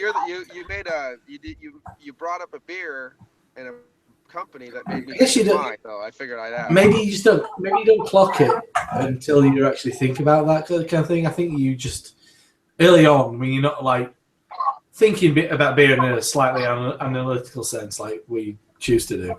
And I do say that slightly because we're just a bunch of idiots. But and I mean that in the best. I mean that in the best possible sense, most self-deprecating way. We are British. Come on, goodness me. Yeah, I think I don't think you think about it until you're purposely thinking about it, and then you start kind of making these memories. I think when you just kind of drinking for like just general enjoyment, you just go, "Oh, that's really nice." But I think when you actually start thinking about it, you go, "Oh," and then you kind of start planting kind of like those markers in your mind where you do kind of remember that. Absolutely, I think Boris was a real from Hoppy Boris the Crusher. Yeah. That's probably an early one for me. My first one was that's a stormer. Tokyo. I've had it a couple of times. I've still got 2 bottles. I've got a 2016 and I've got a 2009. I drank Tokyo before I even started reviewing. So yeah, that's a beast. I drank. I think the first one, but before that was like the was it? Oh, what the hell is it called? The export stout or whatever from some. Guinness for an export. You know the regular export stout, the export or whatever they want to call it, and which is real good. Hi, Rod. Yes. Going on. You expect that to be a little thicker, but when I drank Tokyo, it blew all the doors apart for me because this was where I was like just getting into beer, and I'm like, what the fuck is in my mouth right now? Like it was just insane. Yeah, that's a big beer. Mm-hmm. That's pretty epic. That's pretty crazy stuff. Because before then, it was Virebot, because that's the beer that really got me into America that wasn't shit. Because I didn't know that back then. I think my first big stout was it Lagunitas cappuccino stout? Yeah, that's it. That's I always think that's a bit thin, but for the ABV, it's so dangerously deliciously delicious. Yeah. I mean 9% or something like that. I mean that scared the shit out of me. It was only a few years ago. Because I thought, how am I going to drink this bummer on my own? And I was like, I've done it. You persevered. I'm like, it's so cheap though. Like it's cheap. Like here, here it's $5.19 a bottle. And there's some generic whatever is next to it that are $8.99 a bottle or $10.99 a bottle or $13. Like it's $5 a bottle. I remember I got 4 of them. Yeah. And I drank them all the same night, and I don't remember much after that. But it was a good time because it's smooth. It's just they have a high Westified Imperial Stout. I looked at my friend. I couldn't buy it here, but my friend sent it to me. $8.99 a bottle. It's a bourbon barrel aged imperial stout that is absolutely fantastic, just as good as KBS almost, basically in my opinion. And it was like 12.5 alcohol by volume or something. And it's I got one of those in the fridge right now. $8.99.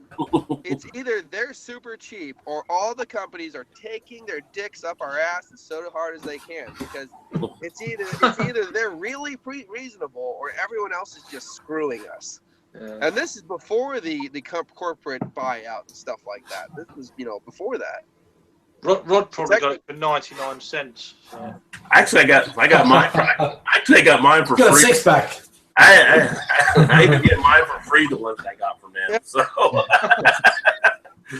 free is better. Lagunitas guy gave me a couple, so that's why it tastes so good, because free beer. It's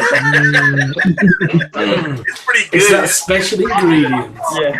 I don't know what it is, what makes it taste so good, but I think it might be free. I actually went to a bottle shop when I was in Washington, and I bought all these different glasswares and stuff, because you can't find glassware that much around here, and I bought all these glasses. And I'm like, oh my god, look, same beer, same glass. That means it's gonna taste better. If it matches, it's better. It's good. I did just buy 2 Sierra Nevada glasses today, 99 cents each. I went off. I had a pay. I blow up on eBay. I don't buy one thing. I buy 100 things and go, why did I do that? And I bought glassware one time, and I cleaned them, and I stacked them all up on top of each other like the Leaning Tower of oh my fuck. And so basically they were just there, but they were okay. They were good. And I remember my wife at the time did something, and I watched them all fall over. I'm like, no, slow-mo, trying to run for them. Yeah. And they hit the ground, and every single one of them in a big domino chain smashed in front of my eyes. And I'm like, how did that just happen? Did this actually just happen? How are you not dead yet? I'm going to kill somebody, But she was between me and a sea of broken glass. So it was like I have to walk through a gauntlet to get to her. So I was like, you know what? I'm leaving. And I just left. I went to, it was right before work, too. It's like, God, what the fuck? Now I'm going to have a shitty night at work. And the worst part of it, the lazy cow. Oh my God, I said lazy cow. That's insulting. The worst part of it, when I got home, the broken glass was still on the fucking floor. It was still on the floor. That was fun. Good times. Great oldies. Yeah. My wife just broke one of my Samuel Adams glasses. Yeah. That's almost not. Yeah. It's like, no, you're limited. You get these ones over here now. You don't get any of my beer glasses to use anymore. Yeah, I washed up all my beer glasses. Wash all mine myself. Yeah, I don't let anyone touch my Speedglow glasses. I completely agree, Jake. That's because they're razor thin. They stay dirty all week. Yeah. I put all mine aside and leave them alone. I'll do them. I do need a new no-neck glass. I had that break in a dishwasher. I was like, son of a bitch. That's like my favorite glass too. It's like, you know how hard it was to find one of those around here? I'm in fucking Kentucky. No one knows what a no-neck glass is. I hand wash them as well. I don't put them through no dishwasher bollocks. No. Yeah, you're supposed to do that. They say is the best way. I mean, I have a hard time. Is like you clean. Like I do a beer review and it looks like I'm a scumbag. Like I wash the fucking glass and I do the beer review and all you see bubbles sticking to the side of the glass. I'm like, this fucker's washed. I'm sorry. Like I don't know. Tap. You tap it on the ground for an hour before the bubbles get off. I'm like, I washed this thing. I don't know what it's sticking to. All right. I mean, I spit on it and everything. Is that what you're supposed to do? I don't know. Something like that. Yeah, well, if people are going to get that upset about something like that, what are you going to do? I mean, there's only so much time in your life available in there, really. Mm-hmm. Well, my other thing was it's clean enough to drink out of. It's clean enough to watch it. To have you watch me on a YouTube video. I think so. I think that's fair enough. Dirty glass, you bastard! You dirty glass bastard! Dirty glass bastard! It's not like you're like, okay, I'm going to review this Pilsner. There's still Imperial Stout at the bottom. Whatever. Fuck it, pour it in. I've done that. Whoops. Sorry. I don't know. Whatever. It's fine. We'll just add to it. This Pilsner has an amazing body all of a sudden. Certain roast quality that I've never heard before. I don't know. Oh, okay. What you got there, Craig? You and your burping. Yeah, I'm drinking two at the same time, kind of thing, swapping and. Well, I'm drinking three at the same time, so take that one. Boom. Well done. You topped me. Version 13. There. And Hey, I like it. the other one is Collab Beer, Twin Pines. Oh yeah, I've not seen that. Any good? Yeah, it's very kind of sprucey, dry. But yeah, it's a little bit kind of. It's not quite as hazy, but yeah, it's probably the light makes it look a bit radioactive. But yeah, it's a lot of sediment in it. But yeah, it's really. It's a nice. It's a style within a style, kind of IPA, double IPA. Yeah. Nice. Yeah, so I got a bottle shop last week. I'm currently working through free beers. I'll give you a bit of a preview. The one that I will probably finish first, which is Marble Brewery in Manchester, and that's the Tukolovsky. I see your photo. All free beers will be pouring at Hop City next week. You'll all be happy to know. And then Colonel's double India double porter. That is absolutely spanking. Oh, that is so damn good. That's the one I was saying. I will send anybody a CBS for a Colonel beer. I don't care if it's the worst beer they make. I've wanted to have sex with that Colonel label ever since I. Great. And then you can't go wrong. Verdant Pulp, stunning, as good as it gets. There's two breweries, I guess I could say, that I really wanted to try, for just to narrow it down. Is the Colonel. I've always wanted to try a Colonel beer. And then the other one is that Durham white stout. I always wanted to try that. Even if it's okay. It's always had this eye for it. A wise man once said, life's too short, drink amazing beers. Okay, that's cool. Well, at least I know now. No, it's not great. I mean, but in contrast, Colonel's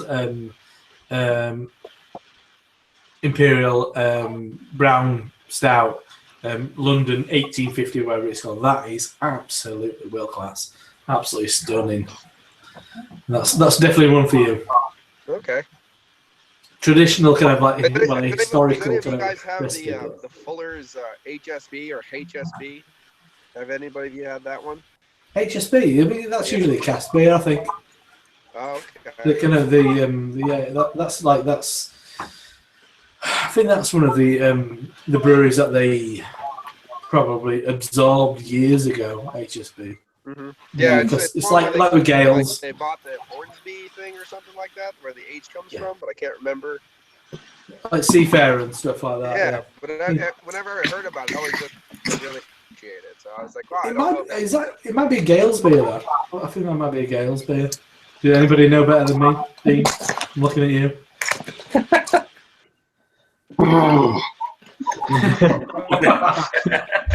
Fucking I've usually seen this cask. I think it might be Gales. Seafarer is the Gales beer, I think, as well. They still do that on cask. But yeah, I guess the big one was always Gales Prize Old Ale, which I've got I've had that, and I've had their Conquest Ale. I see. I've not had it yet. I've got the last bottle of Gales. Like 94 or something like that, and it was on the shelf. I'm like, okay, we're doing this. Yeah, I've got the last bottling from Gales and the last bottling from Fuller's when they were still brewing Gales Price Old Ale. The bottle of Gales, like original, what I bought was like 1997. I bought it on some weird little stall at a Camera Beer festival. It had been on somebody's collection, so it might have just been on somebody's shelf, like in the living room for about in bright daylight, 30 years or something like that. So it might be absolutely horrendous. It was like £2 or something like that. So, let's give it a whirl. It might be an absolute car crash, but I'm not going to drink it on my own. It will be a public experience when I finally open this thing. Yeah, you want to make sure you poison everybody. The dead beers, exactly. If I'm going down, you're going down with me. Yeah. I've had surprisingly good luck with older beers. Like, I mean, it's the newer beers that I find are off. Like, what the fuck is this stuff? But the ones that I go, oh, this is 25 years old, and I kept it on my window. You know, and like, you know what? It doesn't taste bad. Like, wow, that's amazing. It's just, you know, because I bought a couple beers off eBay. I bought the St. Peter's, was it the stout and the porter, the old style porter and that cream stout or whatever it's called.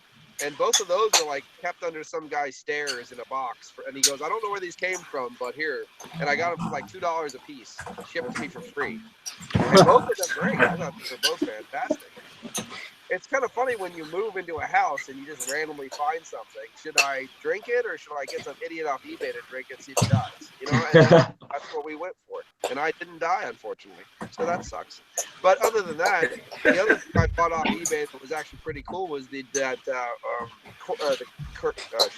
Courage Ceremonial Ale, the Lady Di and Prince Charles celebration. Oh, right. That was actually really good too. That beer was as old as I was when I drank it, and it was all right. Harry brought hundreds of old beers off eBay. Has he reviewed any of them yet? Don't think so. He brought eBay. They usually go down pretty quickly. Yeah, he brought like it was a job lot of like, I don't know, was it like 300 beers? It was a lot of beers. He got a fucking boot full of beers, yeah. I know when me and Craig were over there doing our box share, he had a box and he got it out and he got a few out, and I mean it's really. Yeah, because they usually shut it down pretty quickly on eBay and Amazon. Yeah. Yeah, I think yeah, he got some strange beers in there. But I'd yet to see him review it, and it's still alive. So if he has, they're obviously fine. I feel like an old ale gauntlet, and he's just gonna like, we're just gonna keep going until something happens. Yeah. Power through the whole box. Let's go. I think he bought a few to sell on, like, to make a profit on. I think. They're just cool. I mean, even if I never drank it, at the same time, it's cool to have some of those, like the older beers, like the older style beers and stuff, just to have them in your collections. Well, I'm gonna look at it today, but there's something about it. Like, I gotta drink this. I can't drink this. I don't know. It's Pandora's box, I guess, because you never know what you're gonna get. So you might get something evil. And what is it? Terry Camp, I watched one of his videos. He was talking about, he said, if you see anything like white buildup around the inside of the cap, don't drink it, or only drink, pour half the glass out, don't pour all of it. So I kind of went by that rule, and it was all right. And I didn't get violently ill, so that worked out good. If you get white buildup on anything, it's probably not going to be good. That's how I got that case of KBS. There was white buildup all around here. Yeah. Pretty crazy. Just a big box of mildew. I wasn't eating Oreos or Twinkies. All right. I'm gonna let you. Nice one. I'll talk to you later. See. Later, Paul. I'm gonna get my beer into the cellar. Yeah, Paul. You can hide the tone now.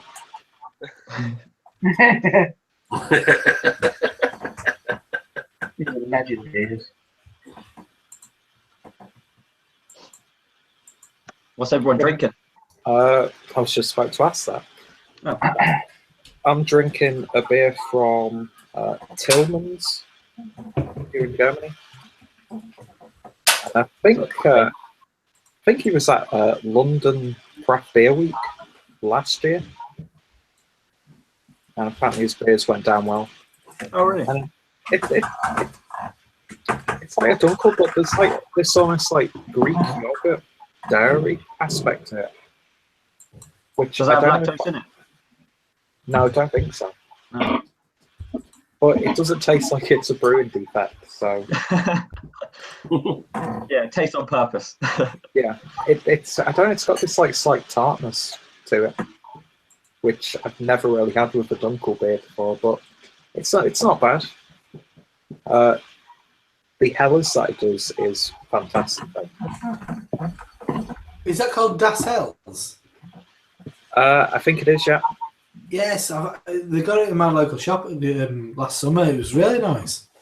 Yeah, I think that's on Untapped. It's the highest rated Ellisbeer at this point. Yeah, I mean, it's got quite a cool label, hasn't it? It's like a Yeah. tradition. It's got that kind of like, it's got that. It's same kind of size bottle. It's like that slightly milk bottle-esque, kind of chunky bottle. Yes, exactly. Yeah, but a nice kind of. It was kind of like a brightly coloured design to like a quite. But each style that he does, he has a different artist do the artwork for it. Cool. And this is an Asian artist who's done this, Maki Shimutsu. I'm not sure if they're prominent in designing beer labels or if it was just a friend of his. But I like that idea of it. I once had it, oddly, I once had this guy turned out to be an artist, a Spanish artist, comment on, well, I think it was my Fuller's London Porter video, and I was like, who is this chap? And I did the search online, and he was represented. Do you know Saatchi and Saatchi? Yeah, the Saatchi Gallery in London. I mean, he was like represented by Saatchi. Oh really? So he's kind of like this. I can't remember his name, but he's like this international kind of fine artist, and he's just going like, and he's like slightly iffy English. I mean, a bit of a. To be honest, he was having a little bit of a pop. I think he was having a bit of a go. Yeah. And then I was like, "Wow, it's this guy. I don't know who he is, but oh, that's cool, isn't it?" Some random girl. It's like something like. I mean, David Hockney is relatively local to me, and once you see him once in the blue moon, knocking around, and but it's kind of like him, kind of like commenting on my Saltaire, kind of like little shop videos of, really? Wow. Bit out of the blue. As far as what beer I'm drinking, I'm going to drink 2 cans of Unhuman Cannibal. No, you were just a massive bell end. I'm not really. I'm going to leave them. Yeah. But that's known as willy waving. That's what I've been told. Because I've got it. I'm going to show it. Excuse me. As you were. I'm drinking a slightly less impressive. No, saison. Supermarket beer, isn't it? It is. I got it when I brought my Torpedo.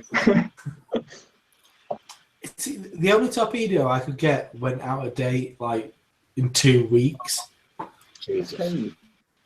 Yeah, and it looked like a new design to it. So I thought, because when I saw them, that's when it was soon after I'd seen that Peter had this idea, and I thought, brilliant! I can get a Dead Pony from the supermarket over the road, and I can grab a nice fresh Torpedo. And then I went and picked it up yesterday. I was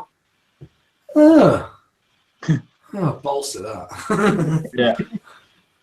I'll just drink what I'm going to drink. Exactly. Yeah. Crash the party later on. Yeah. So what was the general consensus on the Torpedo Dead Pony? Well, Dead Pony shit. Dead Pony good. Massive letdown.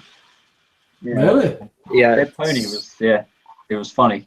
Smells absolutely amazing, but then you really don't get anything like that on the actual flavour of it. I started off the review by saying it was my favourite core range beer, and then ended up saying it was shit. But those moments are really important. I think that's really good that happens, because I mean, does it say that beer's changed? Does it say that our expectations and tastes have changed? I don't know.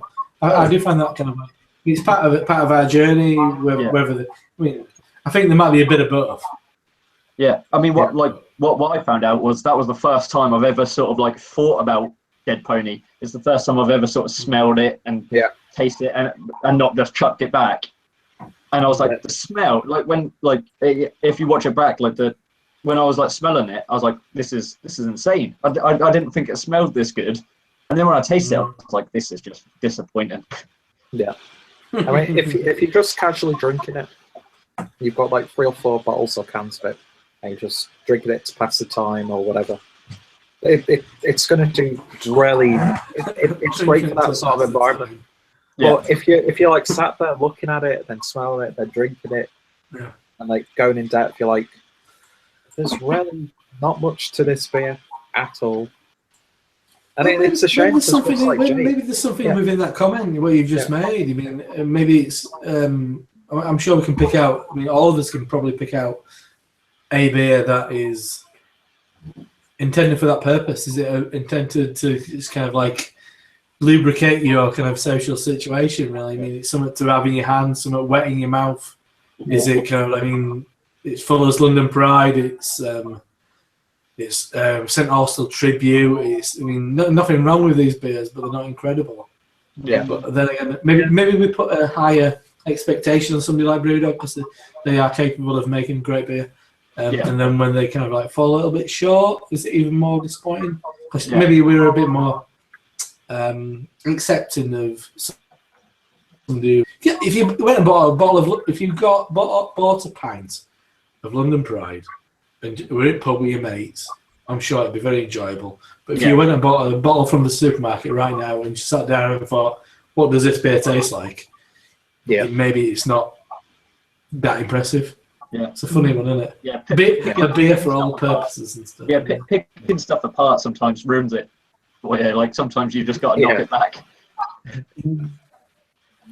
Well, it did bring up the good discussion of beers that have been contracted to supermarkets and are still available outside of the supermarkets. And I was saying it'd be really interesting to take like a Pony Club bought from an actual Brewdog bar or the website, and then a Brewdog Dead Pony Club bought from supermarkets to see if there are any like identifiable differences. Yeah. Well, that's it. I mean, out of us, like, I mean, I think Dean's probably the one who's kind of known as the one who often goes back to the supermarket beers and stuff. So he's probably got a better kind of like retrospective currently on this. But having said that, I've dabbled with one that you've had, Rob, lately. The Keller Pills, yeah? Yeah, lovely stuff that is. Yeah. Today, I don't know because it's been. I don't know about you guys, but it's been a beautiful day up here, and I would have loved my supermarket to sell Yeeva. That's all. I mean, I've had some Magic Rock this afternoon in a local bottle bar, but I'd like to have just be able to go to Asda and get a shitload of Yeeva and just be like, get that cold. I'll be very happy with that. Yes, that's a great beer. I mean, it's one I don't have very often, but when summer rolls around, the barbecue gets brought out. I mean, plenty of Yeeva. Oh yeah. For a German macro, it's really well. Mind you, most of the German macros are still high quality compared to the British macros, except stuff like Beck's. But that's never a good time. Even if they start doing like pale ales, red ales, and stuff, you can just tell that they're trying to get into that market, but they've really not put any passion into that beer. I can get all those Beck's weird varieties at a bottle shop near me. I don't know. I thought about picking them up just to see what they're like, but I don't know if I'll review them. Are they the ones that come in the 4-packs? These were single bottles, but I think they are the same ones. Yeah, because they do like a 1647 Pilsner, and it's just like and they do like a red ale. Or something like red ale, pale ale. I mean, it's good to see a company like that doing it, but it's also bad at the same time because if you're not going to fully invest yourself into trying to brew a pale ale for the mass market, don't bother. Because you've wasted hops, you've wasted good malts. If you're not gonna use like your brewing expertise to even just do a small batch of it, just do like a limited like few city run of this beer, but actually put some effort into it. I don't know. That's an ideal world. Yeah, it's an ideal world. Where profit margins and jumping on the bandwagon don't matter. Yeah. Exactly. Yeah, that's it, isn't it? But oh well, it'll be good. It might make a good video. I might pick them up if you could get them, Peter. We can do a. Oh yeah, we'll do a live vertical of all these. I always used to say I thought Beck's smelt and taste like fly spray. This is before I ever thought about kind of like how beer tastes. Yeah, I just thought, do you know if flats? Fucking yeah, it's such a memory. Me and I drank all that kind of shit when I was younger as well.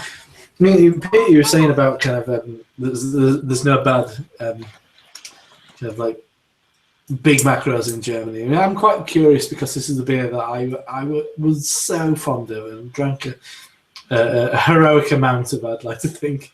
And it was one of the ones that kind of got me into good beer. I used to love Erdinger. Have you had Erdinger in a long time? Has anybody had Erdinger in the last 6 months? The last one I had was when me and Dean did the Picantus. Yeah, okay. That was a beautiful beer, but I've not had regular Erdinger for such a long time. Yeah, that was my beer for such a long time. I can remember some points in my life I had far too much of that. But you mean you looked exotic, didn't you? I mean with the long glass and what's that? That was I used to drink. I'm an exotic kind of chap. Didn't do me any good. Yeah, my one of those was Quack. I just love that's that an extreme. Yeah, that's an extreme. But I used to drink like 2 or 3, like because when I used to live in France and people used to come over and visit, I'd do like sessions on like Quack just because I liked holding the glass. Just kind of like turn up with it. Yeah, out of the kitchen. Yeah, you have like 3, and then you're just dead, and like you've wasted the trip. I've got the glass for very similar reasons. It was an early one. It was one of the ones that was available, I guess. But it's a cool glass. Yeah, curious but my memory of that is sweet and boozy. And kind of medicinal. Yeah, that's what it is. I might surprise myself. I mean, a while ago, me and Simon. This is going back years now. Me and Simon did a review of Triple Calmier, and that was one of my first Belgian beers I ever had. It was a friend who kind of like suggested it, and he said it tastes like angels in the mouth, and it was wonderful. It was such a really kind of like epiphany was that beer. And then I had it with Simon on a tasting maybe 4 years later or something, and it was still so damn good. Yeah. It's one of those beers where I think it's easily overlooked. Yeah.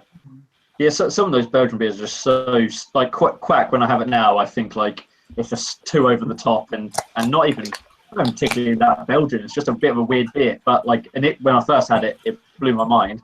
But like when you have like Orval, like when I have like an Orval again, I'm just like, this is just crazy. It's just so good. I had the white Chimay a couple of days ago. The triple, that was just that aggressive. Like the hops were almost too aggressive because it's really out of the range. Like so powerful. Like you're not even getting like the flavor of it. You're just getting like this attack of this like instant hot bitterness. And I was like, it was good, but I could not drink that on a regular. Not even like I'll pick this up again next week. Just a bottle of it. It's like one of those ones where give it like a few months before you go into that beer again. Give it a few months before you go in there. But it's the whole frequently asked beer question thing that's been it's been success. I mean, I feel like a massive failure that I've still not fucking done. I've recorded it, I just ain't got around to it. And do you know what? And everybody who I nominated have already done theirs. That's why I didn't nominate anyone. It's all you guys. It's all you guys. I can't find it. But like thinking, like doing those questions and thinking about that again, like it's brought all like I just want to retry all of those Belgian beers that like got me into beer because like I had a bit of a different journey where I didn't necessarily go down the whole real ale route first. I didn't. Yeah. So I want to just go back and retry like Carmelite, Castile. I want to like get back on those that like because like I drank them in a Belgian bar where they insist on having the actual proper glass, and it just adds to it for me. Like I want to go back to a Belgian bar, and I've got one down my way in the seafront Belgian bar. Yeah, there's one in Canterbury too. Yeah, which is really good. it's the same guy. He's the same guy who runs it. Yeah, because the last time I was in the Canterbury one, I ordered a. This was a good couple of years ago now. The last time I was in the Canterbury one, I ordered a quack, and I had to give my shoe as a deposit because they get so many glasses nicked. Yeah, that goes back to Belgium. I remember going to a bar in Ghent, and they you'd have to give them one of your shoes, and they give you a slipper, and they'd lower a net, and like on a pulley, and they put your shoe in it, and it'd go up to the ceiling. How did she feel about that? So it's like, yeah, that's a good. Just buy a shit pair of shoes. I just say to them, how much is the glass, and then I'll keep my shoe on, thanks. Yeah, exactly. You just get another glass. Where's the cheaper from? I would like to say, I mean, as I'm an absolute straggler, but I've really enjoyed everybody's. They've been brilliant. Videos, really good, and there's been such a really kind of like contrast. I mean, and I've watched everybody who's on now, and there's such a. I mean, there's a certain commonality, but there's a real kind of like diversity, and it's a real kind of personal story as well. I think it's been great, and I think I'm sure Nature's really kind of happy how it's kind of and it's spread. It's nuts, because I watch all the people I know, and then it's like, do you know when you get on YouTube, it's like, oh, suggested video. It's like, oh, so he's done it, and I'm like, oh, I've never even heard of that channel as well. So yeah. Good. It's really spread. Yeah. I think we need more stuff like that. Yeah. Yeah, a funny one was a channel that I found off the Four Brewers channel. There's someone they nominated was Watch It While You Poop Too. Was one of the channels. And he is just a strange bloke, and I really appreciate that. So yeah, if you want to watch one, watch it while you poop too. So that's just a guy having a shit and watching like stuff. He's like a beer reviewer, but like his channel's called Watch It While You Poop Too, because I suppose a lot of people. I mean, I've probably watched a lot of you guys like on the toilet. Of course. Yeah, that's true.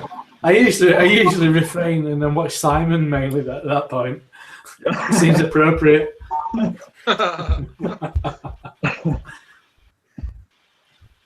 I'd like to say I was joking, but I'm not.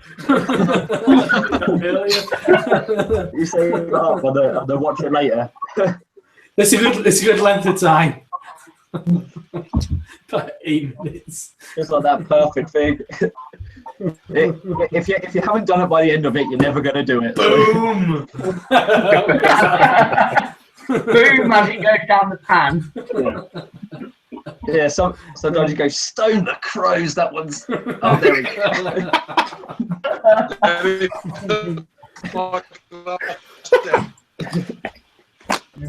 Oh, dear. Christ on a bike, you've got no new roll in here. I really enjoyed his Google Home review, where apparently you can't watch Hopzine on the Google Home. Did you see that, Rob? I haven't watched it. I mean, I got sent it last night. I was to and from Magic Rock at that point. So yeah, it's quite a funny video. So you watched Hopzine on what? He's trying to load YouTube videos on his computer from Google Home, and he's trying to. Probably not done it. And he keeps trying to get your videos up, and they just don't come up. Like it's just some random like pop scene comes up, like some weird singer called Pop Scene. Oh, he's done this before. Yeah, he's done this before. All these ridiculous videos that he does a search for, and all this silliness comes up. Yeah. It was quite humorous. Yeah. I loved how while he was looking for Rob's videos, his own video popped up.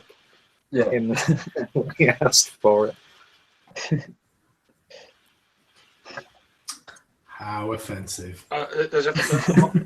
Yeah, but I haven't been watching my new reviews the last couple of days. I've got loads to catch up on. I know Harry's been posting I've been enjoying them. Bolshare stuff has been massively entertaining. Yeah. I like the steady decline. It's going to get worse, I reckon. It gets worse. Yeah. Craig looking like Peter Sutcliffe. Yeah, I saw that comment, chuckle. Funny enough, there was a photograph of him in the paper like yesterday. It was like, Oh God! I'm even Peter Sutcliffe. Is he dead yet? I don't think he's quite dead, is he? No, he's not dead. He's going blind now, though. who said that? Stabbed in the eye with a pen. Yeah. Anyway, let's kind of like murder psychopath. Let's move on from serial killers. Yeah, let's move on. How are the West getting on? Are they? Oh, well, there's a story. that's the next chapter. I'm upset by all that nonsense. Yeah. I was going to ask you, Dean, are you getting to Hop City or not? I can't make it. Oh, right, okay. Oh. I've bought the fucking ticket. I bought that bloody ages ago, but I can't make it. I've got too much work on. Oh, that's fair, dude. I mean, it's not I bad. had a lot of time off. I had a lot of time off when I put me back up, and because I work for myself, I've got to go where the money is. That's fair. It's fair enough. It just, Yeah. No, Did you get a refund? Did you? I haven't even bothered, to be honest with you. I need to go on that. We can't do refunds. Nah. I mean, I was. We can't do refunds, but if you wanna push it on Twitter, that I mean, if you Saturday afternoon, you'll sell that in 10 minutes. Yeah. Sell it. Yeah. Just put it on. Just post it on Twitter and put at Hop City Leeds, and that'll sell because that session's sold out, and that session's massively in demand, and we've got a waiting list as well. So don't sit in it. Get your money. Get it on Twitter. What session? I was quite lucky because I got my refund like 2 or 3 weeks ago. I did it through the actual website, and the guys at Northern Monk thankfully gave me my money back. So I was quite happy about that. Because I wasn't expecting it because it was last minute pretty much. Yeah. Well, essentially, I'm surprised it happened. Actually, it's the awkward situation of like, essentially, we've kind of spent that money before we've even got it. So we've kind of bought loads of beer with money that we don't have, and ticket money that we don't have quite yet. So we've got to sell the beer now. To give the rest of the money that we spent. Yeah. And well, it was just an elaborate troll on my part, so. I meant so no. But are you learning from American companies, Rob?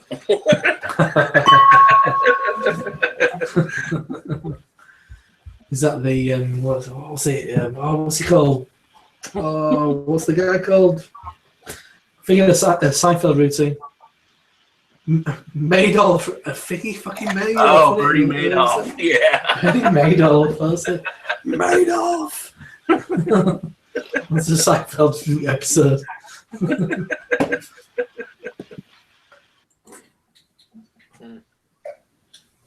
But yeah, no. But yes, it's been crazy. It's going to be a fun time next week. Shame you can't make it, Dean. We won't rub it in too much. I was really looking forward to getting lost in Leeds again. Yeah, well, somebody's got to keep an eye on Jake. Jake's got to leave it. Just after he finishes, which is let's see that pans. Oh, we'll make sure he gets away this year. I'll definitely do next year. I'll really come hell or high water. I'll make it because I really enjoyed last year. This is what I said last year.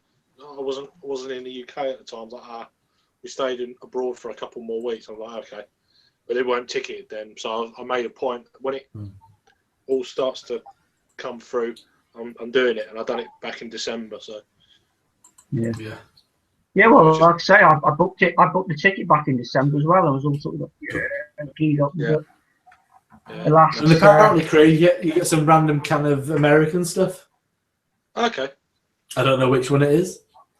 I don't know anything about it, but it's probably something that came over on that brightly coloured palette from New York or Vermont. So that'd be a nice surprise.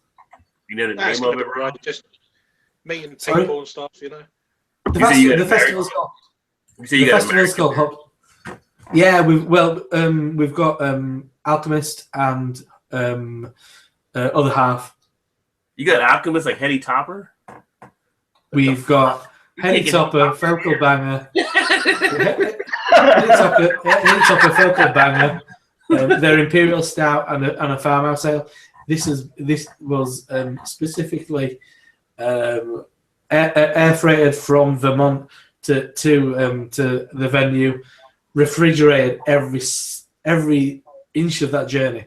John Kimmich from Alchemist was very, very keen on this. It has cost us a lot of money, and it's the first time probably that much Alchemist beer has been out of America, and it's because the brewery where we're based, they kind of struck up a bit of a relationship with Alchemist when they visited, and then John Kimmich was over in Ireland for some reason, and had really enjoyed the Northern Monk beer in the past, so they sent him a case over to his hotel room in Ireland, and it's just been this kind of building of this relationship. So it like, and he's John Kimmich he's got such high expectations of how his beer should be kept and things like that. Like, if you've had a can, it says on the side how he wants you to drink it and everything. So yeah, he knows how he wants his beer to be served and kept. We've done our very, very best to look after his requirements. But so Alchemist, fresh, landed last week. Couple of weeks old cans of Alchemist, and then other half from New York. Yeah, two beers from them. It's been an expensive exercise. But it brings the people to the. I mean, you got to stand out. You've got to do something unique and exciting, and people have responded. So it's good.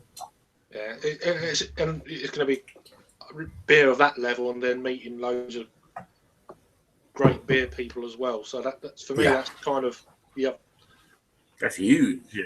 No half. So there's people from the breweries like pouring the beer, including the Americans and the guys from Denmark and Sweden and stuff like that. So I mean, it's all representatives from the breweries like pouring the beers, which is a key point, I guess, to the whole experience. If you want to buy Heady Topper, you can talk to somebody who's responsible for making that happen. That's cool. Fantastic. Yeah, that's why we've got volunteers. So there's like geeks like you lot can like take up the time of the kind of official people. That's why I'm looking after the volunteers, so they can keep pouring the beers while all the geeks are talking to the people from the breweries. Trying to get them in our videos. Yeah. Exactly. No. Absolutely. Yes. Yeah, absolutely. It's got to be done, even if it's more of a vlog style video. Yeah. Well, you've seen what I mean. That's when I first met Craig. Was at GBBF, and a couple of years back now. It's I find those videos really entertaining. That kind of like 30 seconds of like, what's this beer I've got now? Boom, boom, boom. Yeah. Yada. Off you go, next one. They're quite fun. Opposed to it's like what like Peter does for in Copenhagen for the Mikkeller Beer celebration. It's always good, and it takes away the pressure of the whole full length review. And you don't have to do that's what I did at Beavertown appearance, all that kind of like jazz. Yeah. When I went to Beavertown's 5th birthday, that's what especially that was more because I was with my dad. So and that was like I took my dad for his birthday. So I wanted to spend time with him. So I didn't want to spend the time doing beer reviews. So I just did like literally like quick couple 20-second, 30-second things and put it all together. It was good though. And then got really kind of. It was good watch. The last one was a Gamma Ray in front of the Gamma Ray van, and then after that it was a Blur.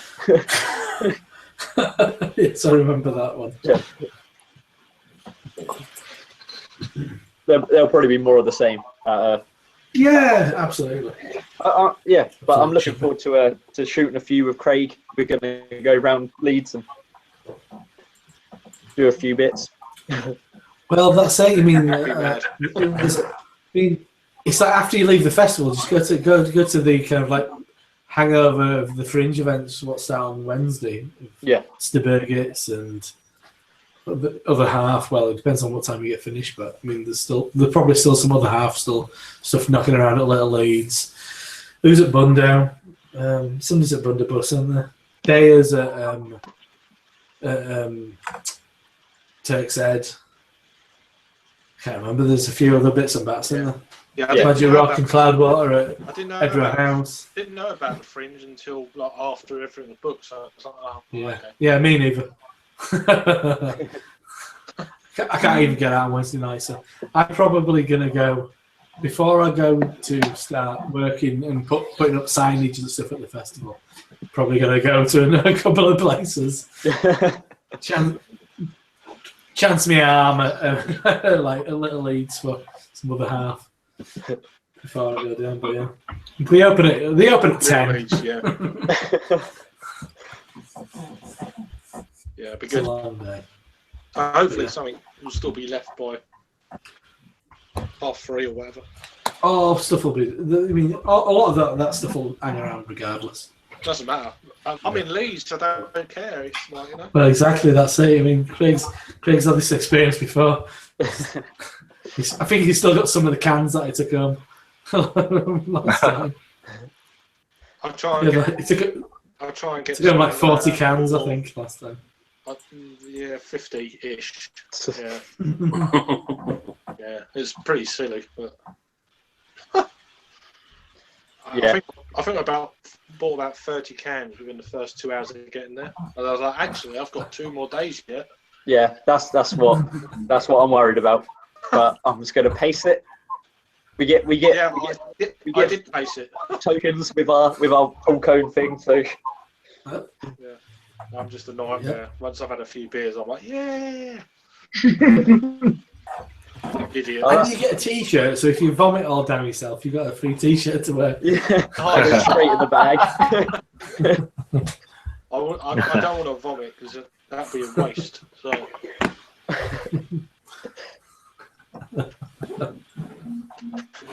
Not right. You try and do an Iceman pour your vomit and go, oh yeah, that one's really fun. I love it. I don't know about you. I mean, that whole thing's an absolute load of old bollocks, isn't it? But that Iceman. I have been tempted to grab one of my old cans from Trillium or somewhere and just get like orange juice or something. and see how many likes I get, and then just like 5 hours later, just go, it's fucking orange juice, you knobheads. Yeah, it's such a load of old bollocks. I swear some of the Omnipoly stuff is black paint. I swear some of the Omnipoly stuff is black paint. I won't be surprised. You're just dicking around. I won't be surprised. Yeah. It's a ridiculous thing, but to each their own. If who want to see, that's a good idea. Get like little taster pots of paint. Look at this one. That's red. Wow. Have you not had this one? What's wrong? You're missing out. This one's amazing. This new version of like Cantillon Creek. They've got everything in there. They've got big time Merc on it all. That'd have been the ace April Fools. Yeah. It's like the other year, Evil Twin did the Cantillon cans, which was went bad. Yeah. I can't believe it! Can't believe this is going on. Oh, sacrilege. If there's any people to like troll, it is beer people. Okay. Don't know what's going on. So did anybody invite a certain individual on the FABQ from Canada? Oh, now you mentioned it, I'll do a quick tag now. I'll re-edit mine when I finally put it up, and it'll just be Chris Peters. I'm gonna ask Chris. So they're the only two people I'm interested in. Hashtag Domestos. Hashtag deal. Hashtag palate cleanser. Dear me. Oh dear. Who else are we saying? Is Chaz Mir reviews? Is he still doing stuff? I don't think so. Bring him out of retirement. I don't mind Chad. But he's a Nice. firebrand, isn't he? Very much like Chris Peters. Oh, Chris Peters. I don't know if anybody saw it a couple of weeks ago. I was in some bar and there was the table that I sat down at. It was like about 45 minutes later. It was reserved for Chris Peters, and it was spelt like his name with like the double E. And I couldn't believe it. I'm like, no one spells their name like that. And I'm like, I did say that. here? Yeah. Yeah. Like, what the fuck? That's quality. Like, is somebody winding me up? Somebody like Chris Peters. Because nobody spells the name. I've never seen the Peters spelled like that before. Yeah, That's a ridiculous way to spell it. Yeah.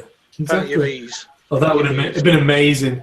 Oh, if he Hearing can the get- clank, the jangle of his heavy chain. Yeah. Ka-chung, ka-chung, ka-chung. It might have been over on business. Maybe. Entrepreneurs travel the world. Yeah. You might have been Entrepreneurs struggle. meditating. Love it. Oh, meditating, yeah. Actually, I watched like about 20 seconds of that. And that moment when he says about the whole meditation thing, I always go, he's clearly aware that he's quite a troubled individual.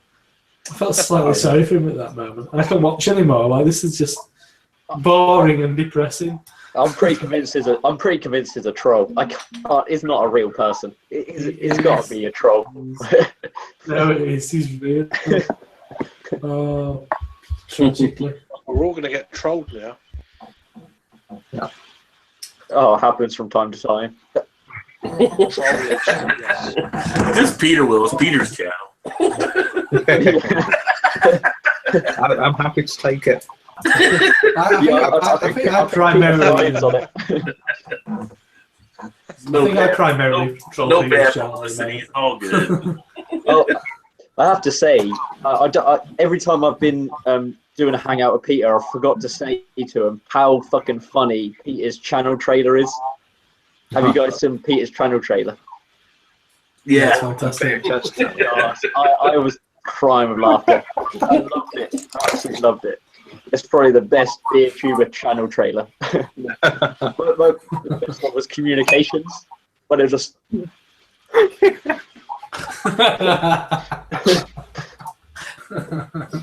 It is very good. I'm glad you enjoyed it. It needs to go, that video needs to go viral. It needs to be shared. I hate that old kind of like trailer thing. It's such a. I'm so self-conscious about all that business. My one's so old. I am in the mine midst too. of doing a new one. My one's from when I first started, so it was like my Brewdog Punk IPA video, Innocent Gun. Innocent Stuff Gun. in there, but Innocent Gun. That's a fall from grace. I need to update it. I've got a year out of date bourbon barrel aged one in a like a box in the fridge. I'm like, I don't know if I want it or not. Probably not. Well, it's still there, so. Well, if you ever fancy kind of stripping down to your undercrackers and washing your car bonnet. Yeah. No. Have a bath with it. Or That'd be hilarious, having a bath with a bottle, just like a small puddle between your legs or something. I know. Yeah, just one bottle was actually funnier than a lot of bottles. Yeah. Yeah, it would Just like, there we go. Just the one. Scooping it up. Oh yeah, there we go. Yeah, well, you've joined at just the right time, Jay. Just as it got silly.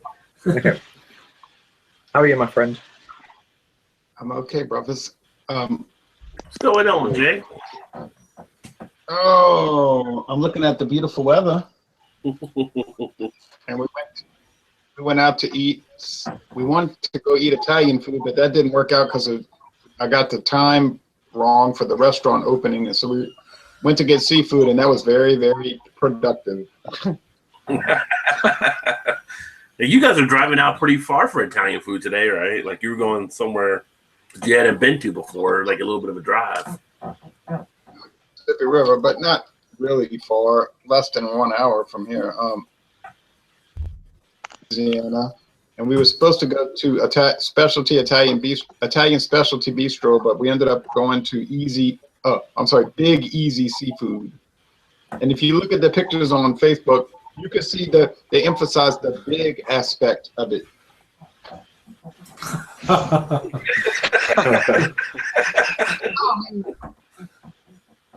It was unbelievable. We ordered this thing for the children, and the children were sitting there like they were just in shock because we thought we were going to get a little chicken fingers. You know, they like to eat that. This huge plate. I said, "Oh, don't waste it." And then my friends, they made a mistake and ordered extra shrimp fried rice. They didn't need that. But I made a little gallery, a little photo gallery on Facebook, and we gave it a really high rating. I mean, it's a strange place in a way. It's an unusual place, but hey, we liked it. Nice. And I liked it especially since the prices weren't too bad, and I was the one paying this time. I don't think I've ever seen shrimp fried rice at a seafood restaurant. Now I think about it, though. Yeah, right. It's usually like a Chinese restaurant, yeah. But it's shrimp. Yeah, I think it's a Louisiana seafood restaurant owned by Chinese people. Combination.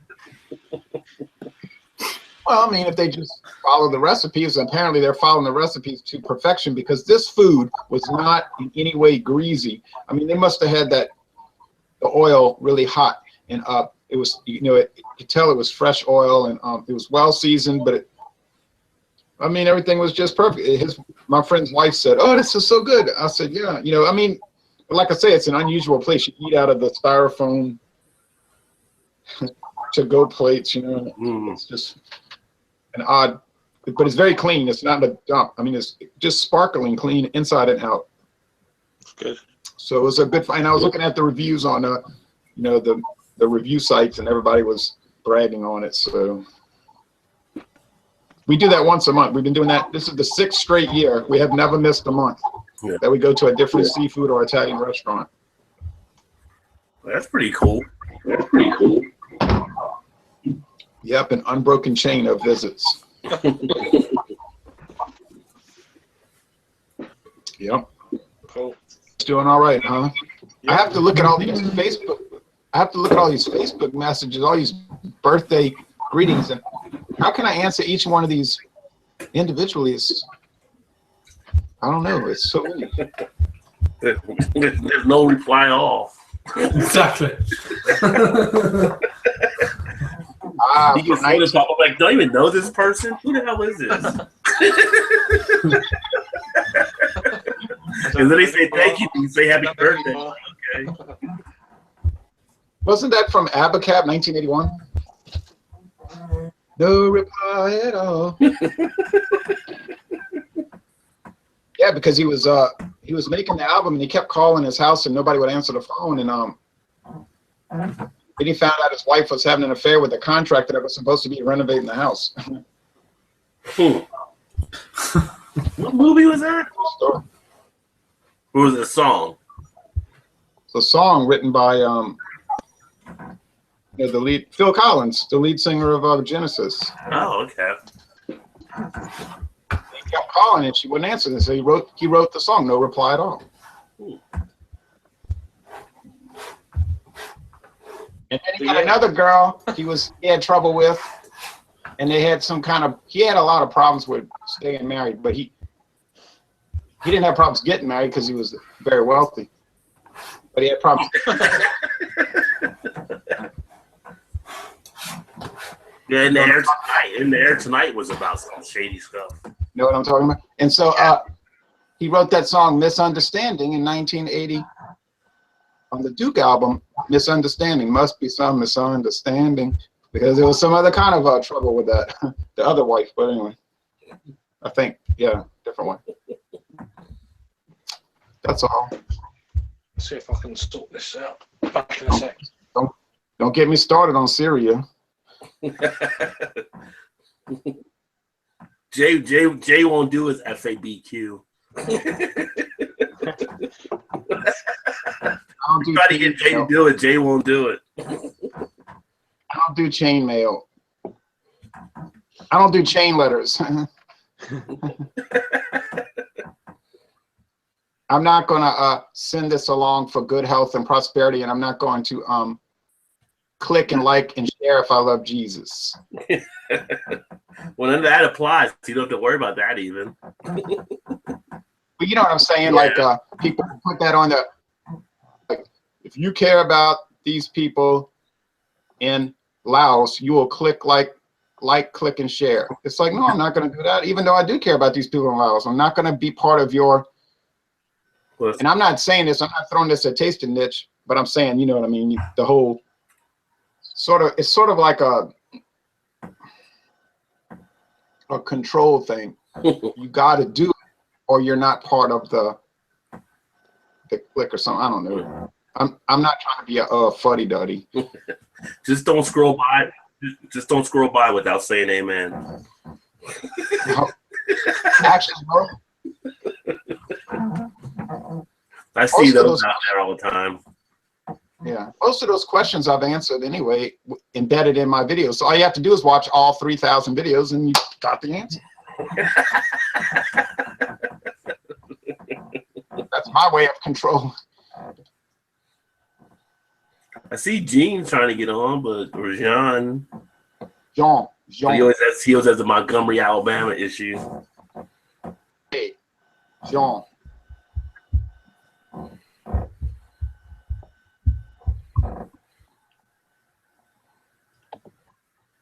Le Haitian.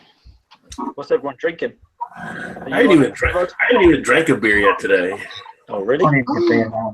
I have to go feed my friend's cat, so I didn't drink anything yet. They just flew to Japan. They flew to Japan today. Oh, cool. For like a week. I'm on the 2-0 double IPA. This is my birthday. Nice. Birthday, I figured I'd drink something special. IPA. An economy beer. Is your birthday today? Yeah. Happy birthday, man. Yeah, happy birthday, Jay. Oh, thanks. You celebrated with the Beast? I figured I'd drink something special, an economy beer. Not even a Trader Joe's celebrity special cheap beer? Actually, I need to go by Trader Joe's sooner than later. I need to. I haven't been there for like 3 months. That's not a joke. But I actually had their Ghost last time I went. That actually surprised me. The Mission Street Ghost was pretty good from them. Yeah, because look who makes that. That's made by Firestone Walker. That's not some minor league team. No, that was that 4 Plus Brewing. Is that Firestone? I think that is because like they don't like to use their real name, so they'll use what the U.S. government calls they call it an alias. Or a shell company. I can hear everyone now. Yeah, but in the U.S., there's a legal term for it. It's called an alias, brewery name. Well, you can do the DBA, doing business as, is what you usually put in your report. Yeah. Or they'll also say it's a fanciful name. Yeah. And that's why those lawsuits always fail. Anyway, you having a good day? What happened? What did you say, Craig? Oh, did you having a good birthday, Jay? Okay. That's why. It's nothing too. It's not too elaborate. I mean, 49 is like some odd number. That's the kind of stuff that irritates me, like on my Facebook group, Rock and Roll Club. I don't mind if somebody says, 50 years ago, the Beatles put out Sgt. Pepper's Lonely Hearts Club Band. 50, okay?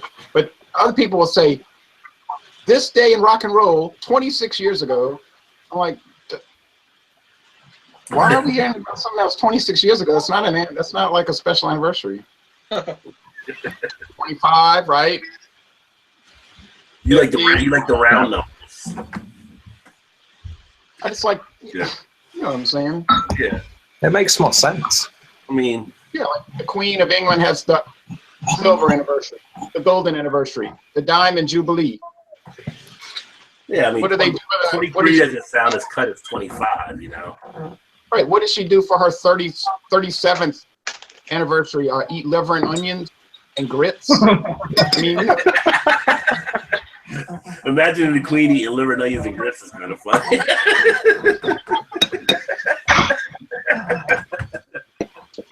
Let's not talk about that parasite anymore.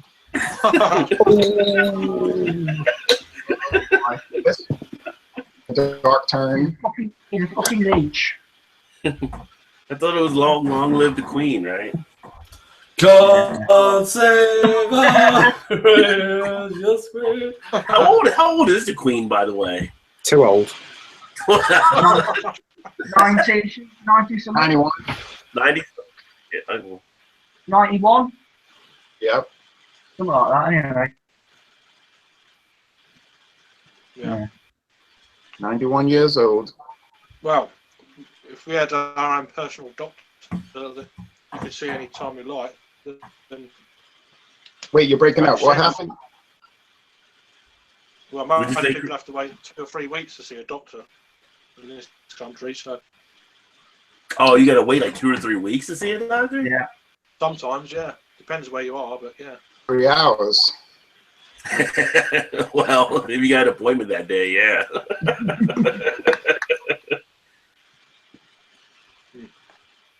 That's the price of free healthcare, I guess. I don't know. Well, never used to be.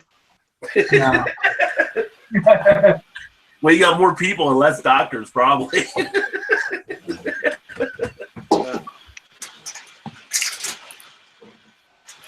Oh, So, boy. trust me, paying for the doctors isn't that much better because they still don't know what they're doing. That's why I say it's always called a practice because they're just guessing half the time. Yeah.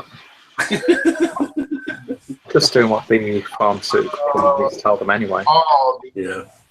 All these cynics. Yeah. Every time they guess and make a mistake, it costs you more money too. Look, first of all, if the doctor messes up, what's the worst that could happen? Outside of you to pay a medical bill you don't want to pay. If you survive. Number one cause of bankruptcy in America is medical bills. I mean, if the doctor messes up with your health care.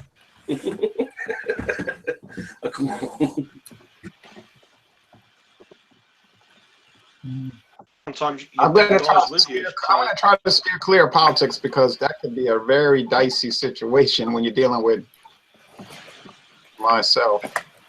Anyway, back to bombers. Anyone had any lately? Any what? Back to what? Bombers. Bombers. I thought you said plumbers. I thought you said like. Anyone had I had one just yesterday. The new marijuana or something? Not the moment. You said bombers? 22-ounce bombers?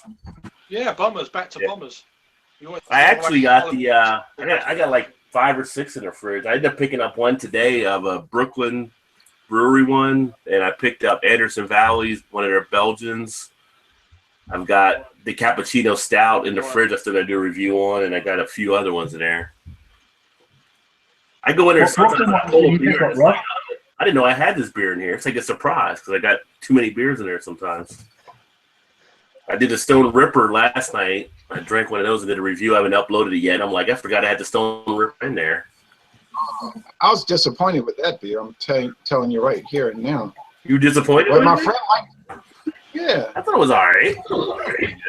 I mean, I had it in the can. I don't know if you had the can or the bottle.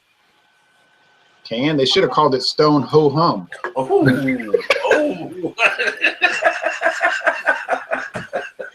They will call it beer that. Stan Conundrum. It was just dull. I mean, I could get a lot of dull beers.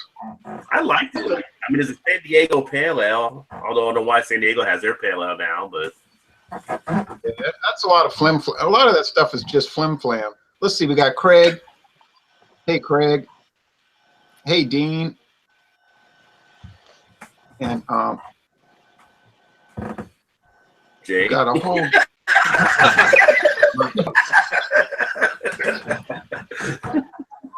Rod. Hey, the clueless beer drinker. Although it looks like Peter's fading into the darkness on his camera. Peter, why do you call Let's yourself? turn the lights on.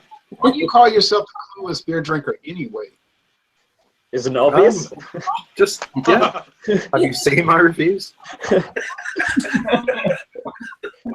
I surely haven't. I've been fascinated by them. I Hey, don't- Jake, I've never met you. Hello, Jake. What was that? Oh, you met Jake before? No, I don't think so. No, I don't think we've been on a live chat. I don't think No. so. No. Oh, nice to meet you.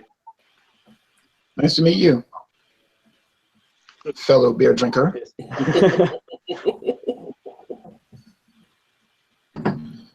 Hey, Peter. Yeah. No, I better talk about that off air. Never mind. You went whenever possible. People want to know now. What are you going to talk about? Yeah, I want to know now. Take the wrong way. They'll read too much into it. People are really inquisitive now. Come on, spill the beans. Come on, hurry up, get on with it. Spill the beans. The comment board is going crazy. What did Ron want to say to Peter? I ship it, to be honest. Because it's about pornography, and I have some good resources, and I have some interesting articles about Okay, that. now you just need to ask me. There's too much information out there. People are foaming at the mouth right now. All 3 people watching the stream are foaming at the No, when I saw you do a post about such and such fella, I didn't say anything. Okay, okay. all right. But I was careful, you know. I said, no, I better watch what I say. So, I have some non-live or non-air. I don't want to go on air with certain things. Got to be careful in this. Peter, I don't know if you've with the comments on the chat, like Bob Hoskins has been commenting. Bob Hoskins, the late Bob Hoskins. Yeah, the late Bob Hoskins has been commenting on the video. I don't know if Bob Hoskins, like framed Roger Rabbit. Let me clarify what I'm saying. I don't want to say that I have information that could cause a person to go to prison or any kind of. I'm not saying I want to share something with you off air that would. Like you're hanging out with Flynn or something. You got something on Trump. No.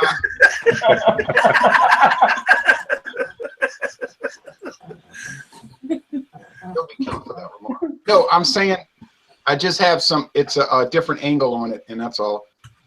But you know, Okay. but Well, you can message.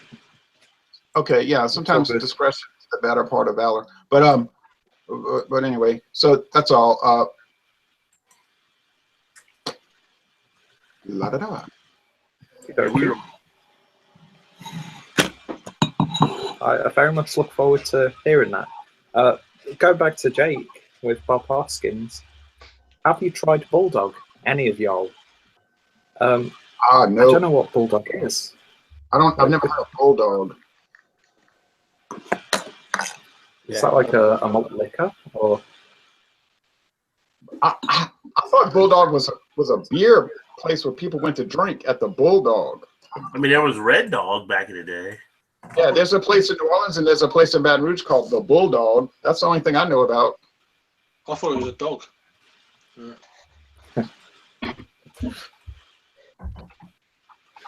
No, I have no idea what he's talking about with Bulldog. Well, If the late great Bob Hoskins could elaborate on that. This guy's trying to get me some beer from Great Britain, but he's concerned about having to make declarations about alcohol as a gift and all this. And I'm saying, I don't know. Most people ship it without declaring anything. Yeah. That's the best way. But he's going to bring a lot of trouble on himself. I told him not to ship the stuff in the first place, but he wants to do it. The more you talking about the beers from Gotland's Brewery or whatever, they got a Bulldog one. Yeah, they've got a Bulldog. Yeah. Now it rings a bell. But I'm not sure if that's what he's referring to. They got a lot of Bulldogs. There's also a Bulldog from J.T. Walker's Brewery. Yeah, I had one of the Bulldog beers. It was the double IPA, I think it was. Brauerei Frontal has a Bulldog. Beechwood Brewing has a Bulldog. We didn't know what Bulldog we're looking at. Right. By the way, they've got a lot of American cheap, strong lagers that have those kind of names, but there's things you'd never want to drink anyway. Yeah. Like Jaguar and Dog Bite and all that kind of stuff. And one with the stuff, I don't know, it's all terrible stuff anyway. No use talking. No sense. Yeah, it's all nasty stuff. From what I can gather, I've never actually tried something classed as not like that. I've always wanted to try it though. But there's different quality levels, honestly. Some of them are pretty credible drinks. Like King Cobra, that's along the lines of Budweiser type thing. But then they have these wretched items that are just, I don't even know how the worst alcoholic could drink something like this. I mean, if there was anything that would cure me of alcoholism, it'd be drinking this. I'll become a teetotaler. If I had to drink this, I'd be a teetotaler, never touch alcohol. It's so horrendously bad. You know what I mean? I'm not exaggerating. It's just, I dump 2 of them out. And you know, I'm easy to please. So if I dump out a beer, imagine how horrible it has to be. Well, I'm not too sure what you'll think of this one, but I'm just currently drinking a German Pilsner, but I've put a little bit of grapefruit juice in there. What is it called? It's called the Earl König Pilsner from the ERL Brow. I drank a beer from Romania one time. Because I'm trying to space it out, I've put some grapefruit juice in there. And it's actually come out quite nice. Oh. And it doesn't taste like a bad Radler or a Shandy. It actually works quite well. No Shandy, god damn. I had a Shandy this morning. I tried to make a Chelada one time. It was awful. But I don't know. See a man drinking Shandy, you take his card at the door. You're not a man anymore. You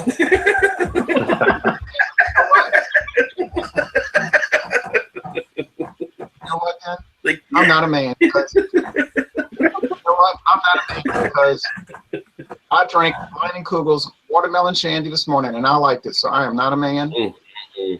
No way, Jose. I never had that one though. I just don't like any of their shandies though. If you do it yourself, it could turn out really quite nice. Like if you cut your own beer with like a juice or a smoothie or something like that, it can actually turn out to be quite a nice beverage. You know what's one of the best? We'll just have a juice. Beer does what Tom always says. That's very true. That's very true. You're not really getting that much more alcohol, so you might as well just have a juice. I agree with that, man. I'm going to shoot off, guys, anyway. Who's taking off? All right. Have a good one, Dean. All right, Dean. Always, my friend. Thanks for having me on. Cheers. Yeah, no props. Bye, Till Dean. the next one, Dean. Cheers, brother. Yeah, cheerio, guys. Thanks for watching my videos.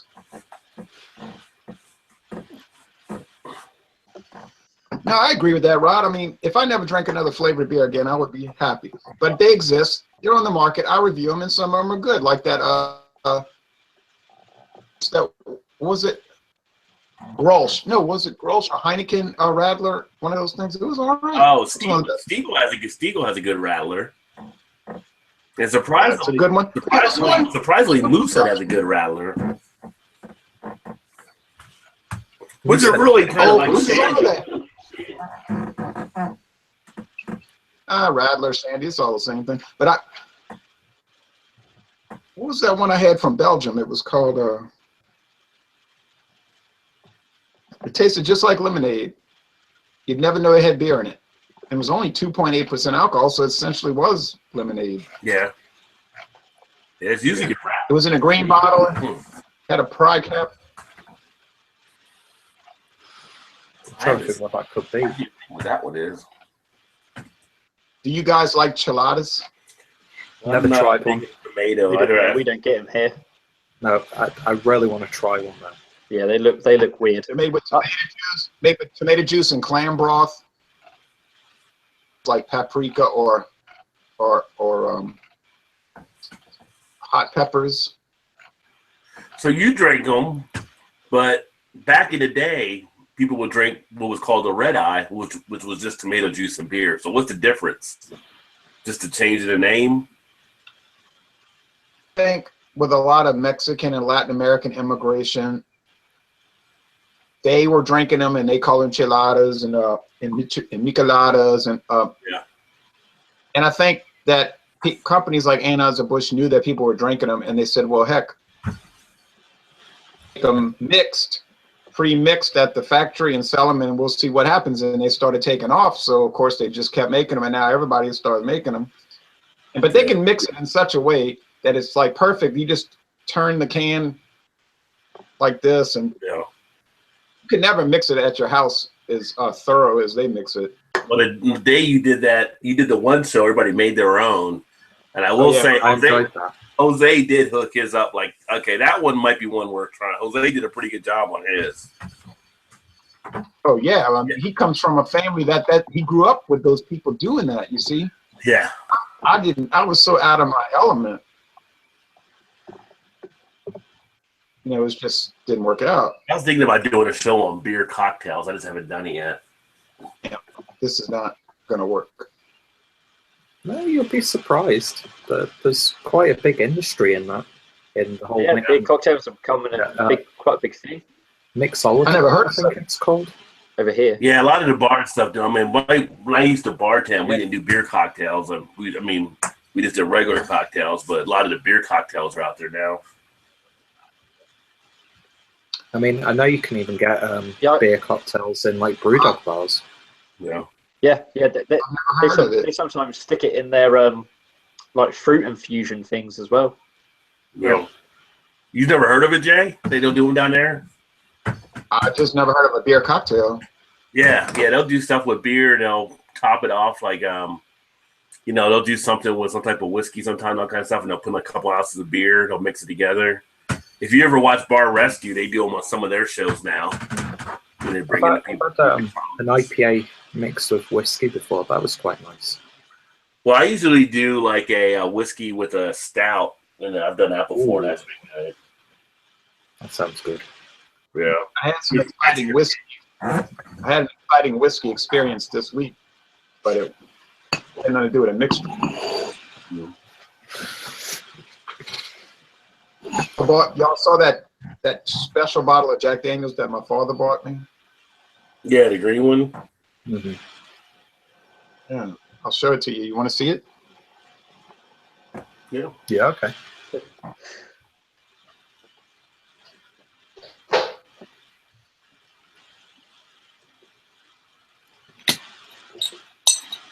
Okay,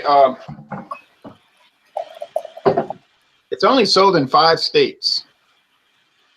At first, I thought this was a ripoff because it was $30 for this bottle, but then I realized it was an entire liter. I thought it was a 750 milliliter, but it's an entire liter. Daniels. Well, it's just Jack Daniels, but it's different. It's not the same as the regular. I mean, It's got a different label. Even has a different texture on the label. It smells differently. Yeah, it does look different. It's got like gold writing. And yeah. How's the recipe different then? And here's all the medals it won. It won 5 gold medals and all of that stuff. They said that it's the same whiskey, but that it's lighter and it's aged. It's younger. They say it's younger than the black label, and it's aged in the middle of the warehouse on the lower floors in different barrels. And they said somehow that affects the aging of it, or affects the attributes of it, or something like that. Okay. But it's the same recipe. It's the same recipe, but it's aged differently in different type of barrels. So I see. I don't know. It might just be a gimmick, but apparently there are people that know about it. You know what I mean? Yeah. And here's another oddball thing that I know you'll never see. Roger might. You've heard of Jim Beam, the #1 bourbon in the world. Mm-hmm. Here's the child they keep locked in the attic, like in that Emily Bronte novel. The child they keep chained in the attic in a chain on a chain. Beam's 8-star. Beam's 8-star. Pretend it doesn't exist, but it exists, all right. And I got it on a special order yesterday, and it's made right in the same Jim Beam warehouse. So you didn't do a review on it yet, did you?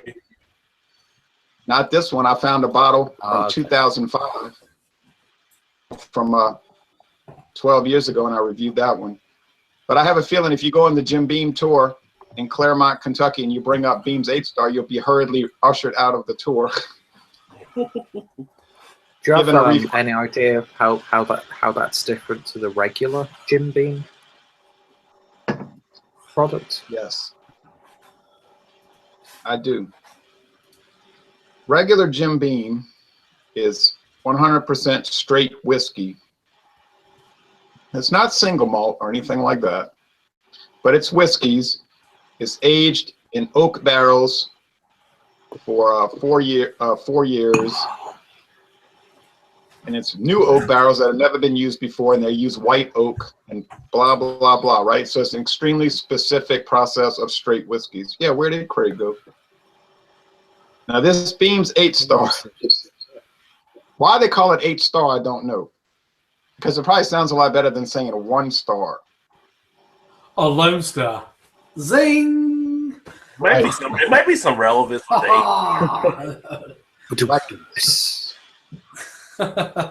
you. It's just behind Jay's head. Every time Jay's talking, I'm like, Lone Star, Lone Star, Lone Star, Lone Star. I don't get it. There's a bottle of Lone Star behind your head. Oh yeah, right.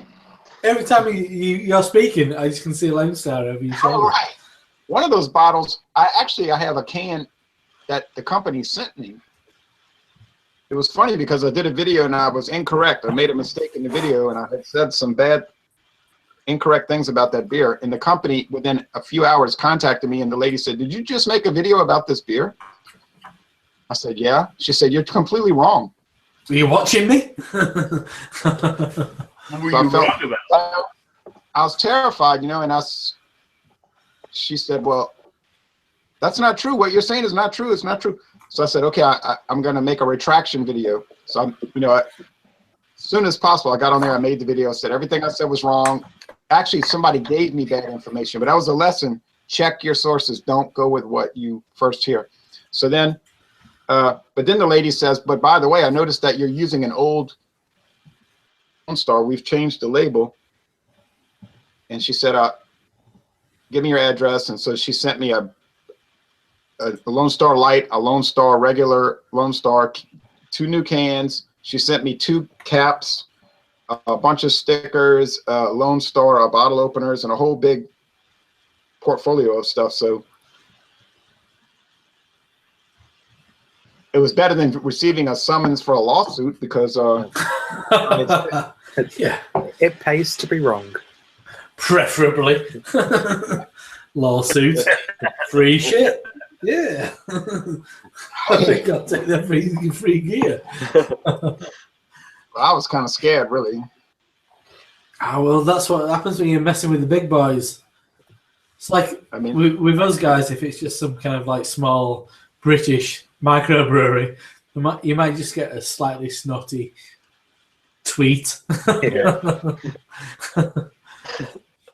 At worst. This letter, call. Yeah, not, I mean, they were on me. I mean, they were on my case within literally hours. wow. I was like, whoa, man. Don't fuck with Lone Star. I think that's the moral of the story. Yeah, we don't have that problem unless Brewdog gets involved. Right, and Lone Star is not yeah, even. don't mess with Lone Star's, Yeah. Lone Star's not even a real company. They're owned by Pabst Brewing Company. Oh, really? Okay. So it was really, it was Pabst that was contacting me. See, I can get cans of Pabst in my local bottle shops. It's not cheap, and I'm kind of curious if I should do a video of it. I've had it once before, and it is quite it's like generic kind of like Cornish kind of like flavor. But I mean, I don't know if it's just me just thinking, I'll just pick up loads of views for that. I don't want to be that cynical, really. But I mean, Don't degrade yourself for the views, Rob. It wouldn't be the first time. Periodically, whoring myself out for views. Yeah, interesting. What do you think I did all those Dipper videos? The most viewed videos I have are the ones for the common beers that we might laugh at. The ones we look down on are the ones that get the most support. That's actually really like Frank. Yeah.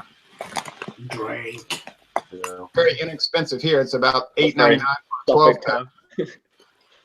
It's about $8.99. 64 pack. Yeah, Pabst Blue Ribbon is about. The most views I got on any video that was just a beer review was actually the Sierra Nevada newly developed hop. I don't know why. Sorry? The most views with the Sierra Nevada newly developed hop. Their hop, the newly developed series. I did one last year. They got like the most views of any of the beer review videos. I don't think I've even heard of that. Yeah. A beer?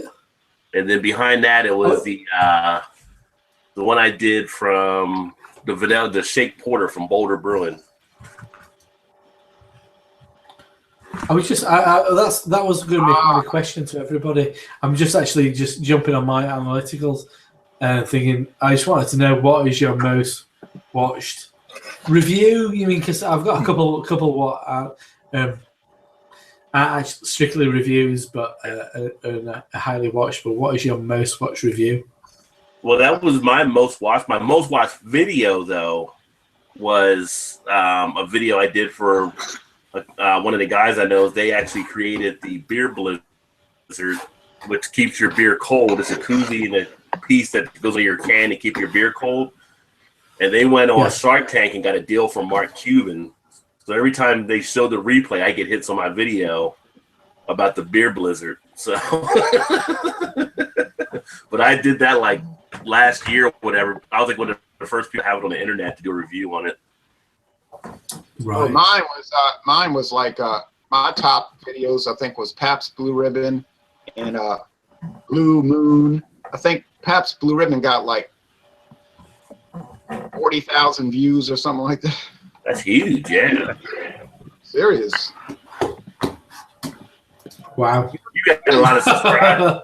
That's why I'm talking about doing PBR. You got a lot of subscribers, bro. Like the Beatles said, it'll take you to the toppermost of the poppermost. How many subscribers do you have, Rob? You got a ton of subscribers. I don't know. Man, I'm not one for kind of like checking up on these things. I mean, it's kind of like being concerned about how popular you are. I mean, I prefer not to think about it too often. Well, I know you and Jay got a lot of viewers. I'm just saying. I'm insecure enough, so I mean, you're gonna do the. You're gonna do the 1,000 top thing, aren't you? You're gonna say it's lonely at the top, just like another beer reviewer did. No, no, 1,877. So hey, that's good. Yeah, it's okay. It's okay. I mean, I've been doing it for like 7 years. I mean, chipping away at the coal face.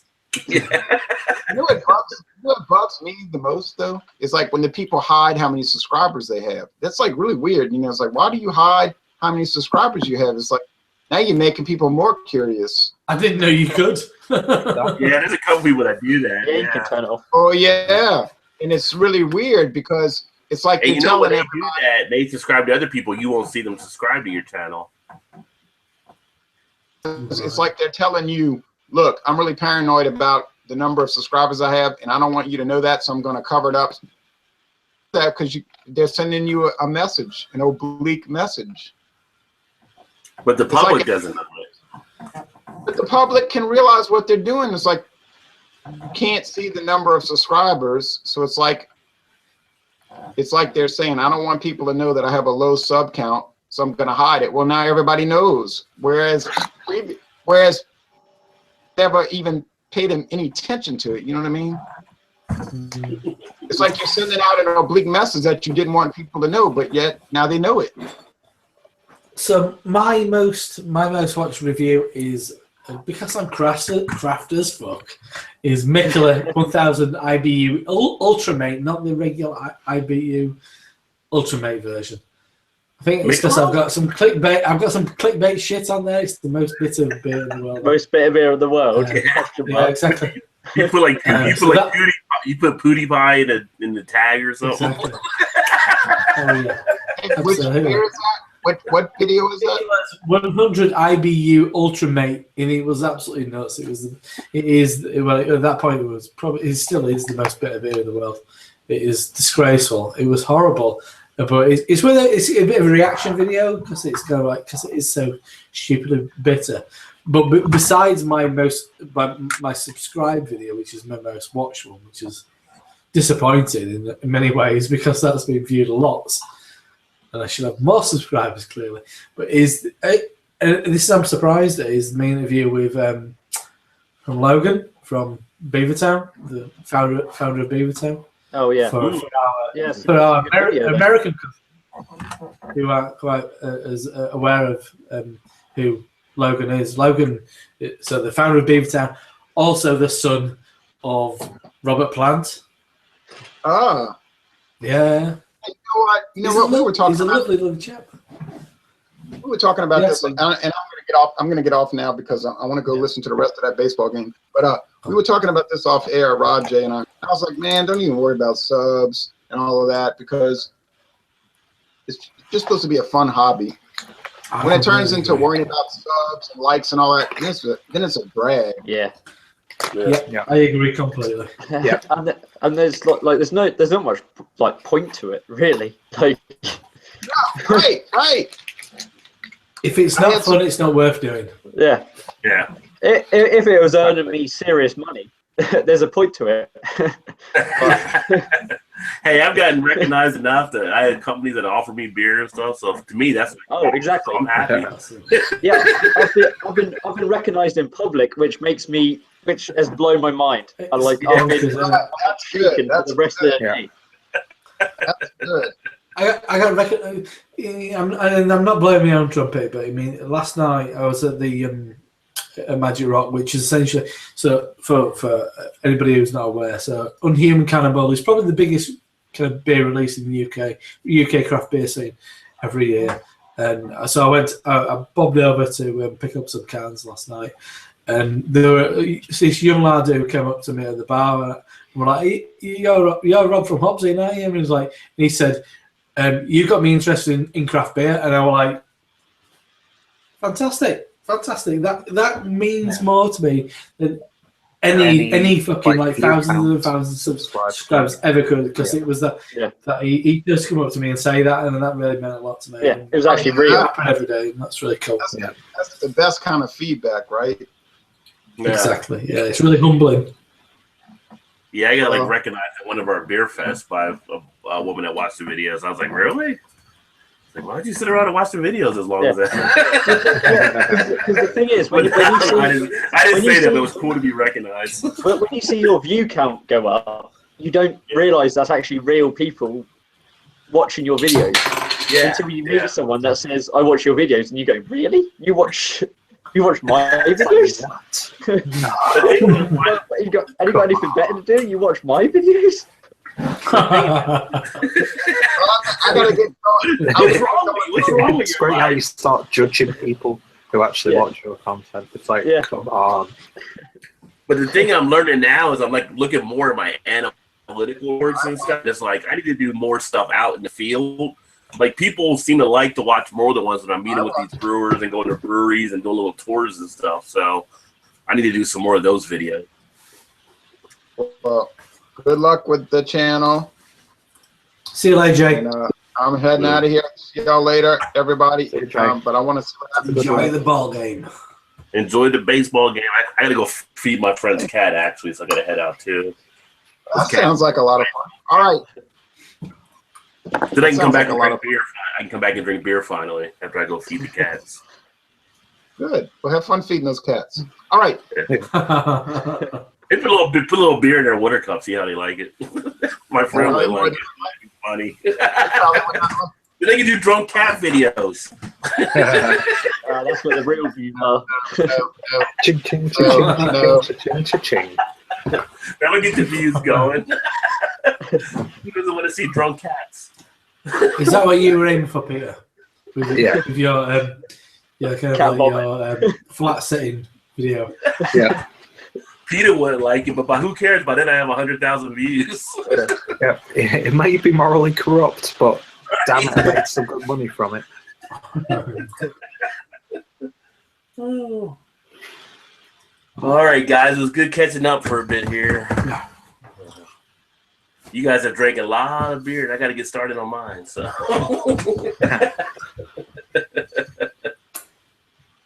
I don't know. Craig just disappeared, though. I don't know what happened to him. I did message him, but he hasn't got back. I don't know if he fell over or just went to sleep or what. I think he was having a bit of technical problems with his phone. Yeah. He'll reappear in about like 25 minutes, and he's done 6 more reviews in the meantime. Like 4 o'clock in the morning. A rack of beer. I'm ready for the next 2 hours. Well, Craig gets on sometimes our Thursday. When like, Craig, isn't it like 3 in the morning over there right now? Oh yeah, I'm all right. Like when you're a caregiver, you should be kind of alert.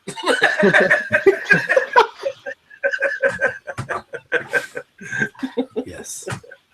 But Rob, do your thing so I can see your FABQ. It's recorded. I recorded it actually last Saturday. I've just not got. I haven't had time to. I will endeavour to do it tomorrow. I watched Terry's today. Terry had a real good one. It was like almost heart throbbing a little bit. He's talking about his dad who was alcoholic with his. Yeah, it was really good. Terry K. Terry K. No, not Terry really? K. Terry's quick beer reviews. Yeah. But he said he tried to get Terry K to do it though. He tagged him. He's not really kind of like absorbed into the scene. Terry is like he'd probably have to send a pigeon over to deliver that message, I think. He's not really existing amongst us at the moment. He's his own independent island. I was surprised I saw Darwin did one yesterday. No, it was cool. Darwin's good. I thought Darwin was quite honest. I haven't watched Joe's still from Dow's Arcade. I haven't watched his yet. No, I haven't watched his yet. Yeah, I watched Joe's. It was I like Joe, but he's a vegan. That bothers me. Yeah, but the FABQ made me think like he was almost different in his FABQ. I don't know. It was weird. You gotta watch it. Yeah, I haven't watched it. Really? Yeah, I saw Matt did his for massive beer reviews. Yeah, I like that guy. Yeah. I like him. Yeah, I watched it. I listened to it as well. I listened to it as I was walking around today. Yeah, I was surprised that somebody. He's back again. Yeah, here he is with the headset on, so he can hear us now. He just finished landing that plane from Malaga, and yes, Sully. Hey, Craig. Can you hear me, Craig? You're very quiet. Kent. He's very Hey, Kent. low, yeah. Kent, can you hear us, Kent? Turn the Sorry, volume up. Put it that up was to the hilarious. That was so funny for the first couple of weeks. He's so polite. He's so British and polite. Yeah. Sorry, you get the name wrong, but I won't say anything. It destroys the inside. Turn it It's up to okay. 11. There's a commercial. There's a commercial we get here in the U.S. You guys, it's one of the airline commercials with Tina Fey. You know what Tina Fey is on Saturday Night Live? You see Saturday Night Live? Yeah. The actress. And she's like on the plane and she's trying to buy this guy salad or whatever with her American Express card. This guy looks just like Craig on the commercial. It's hilarious. Every time you turn it on, Is it? he's got the beard and everything. It looks like Craig is actually in this commercial. And Maybe it is Craig. Maybe you just don't realize. he's got an English accent, which is hilarious. So. Well, as I've trolled my fellow kind of beer tubers with last week, fucking Jon Snow was in pub like half a mile down the road from me. Oh man, I saw that post, but like ages back. I looked on my Facebook and it was 40 messages. And I thought if I reply to that now, like no one's gonna know what I'm going on about. But I was like freaking out. Absolutely bonkers. Yeah. Yeah. I mean, it was a friend of a friend who took the photograph. I'm like, but he was seeing. There's a pub that Stuart took Craig to called Fanny's, which is a pub in Saltaire. He was seen in there as well. So he's like one of the biggest TV stars in the world. Yeah. And he was like in local pub. Madness. Oh, man. Did you know what blew my mind the other day? If he was in your local pub, would you think, hang on, that's Jon Snow? Yeah, I'd try and get him in a beer. You just wouldn't you? You'd be like, no, it's not him. No, it's somebody who he looks like Kit Harington, doesn't he? Yeah. If someone came up to me, I'd say, "Oh, you know nothing." Give a friend shake there for you. Oh, that's bonkers. You probably want to share a split with you. Craig, your headset's not working, I don't think. It sounds like you've been smothered under a. You sound like you're in a box. A pillow. I don't know what. He's in the box. The other day, so. Small man in a box. Is that any good? No good. No. Same. Oh, okay. You're having some technical difficulties tonight. I just put the link with the Tina Fey commercial. So if you see it, the guy turns around talking to Tina Fey just reminds like of Craig when I see it all the time. Oh, it is. Yes. It is Craig. Yeah. Craig. I can see you made me say Craig.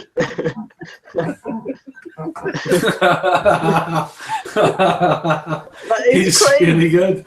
He's really. Oh, I'm taking a screenshot of that. He even wears similar kind of like clothing, earthy tones. He's actually wearing a very similar top to Greg's wearing. Exactly right. You're leading that double life as an extra in American Express commercials. All right, I'll see you guys later. I'll see you later, bud. Take care. That was brilliant. What's going on here? I thought it might work. But plug it in, Craig. Plug it in. Hello. Yeah, we can hear you very, very. Rubbish, isn't it? You weren't before. Plug it in. Well, no, before I was on my mobile, but the internet's crap. No, you've used your headset before. No, but this is broken. Oh yeah. I started on it the other day. It's great. It's all those missions you've been landing, all those airline flights you've been landing. Yeah. on the thing. But no, I don't know. It's obviously not working properly for something wrong, I guess. Oh well. It will have to do. I couldn't understand the word. Oh, It's are you very, stuck? very quiet. Real style. He's gonna communicate through the metaphor. Metaphor with flags. I just realised I post a screenshot of that video to the beer hangout, and I just sent it straight to Craig. So Craig's gonna get a Facebook message saying Craig is a celebrity of that video.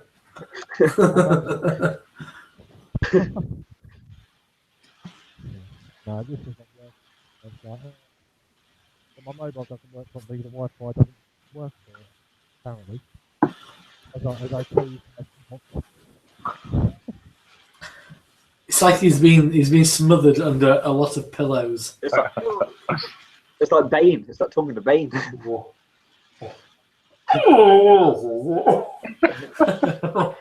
It's not speaking in a very specific voice. What you need for Bane is a cup, and you go, why would you shoot a man like that?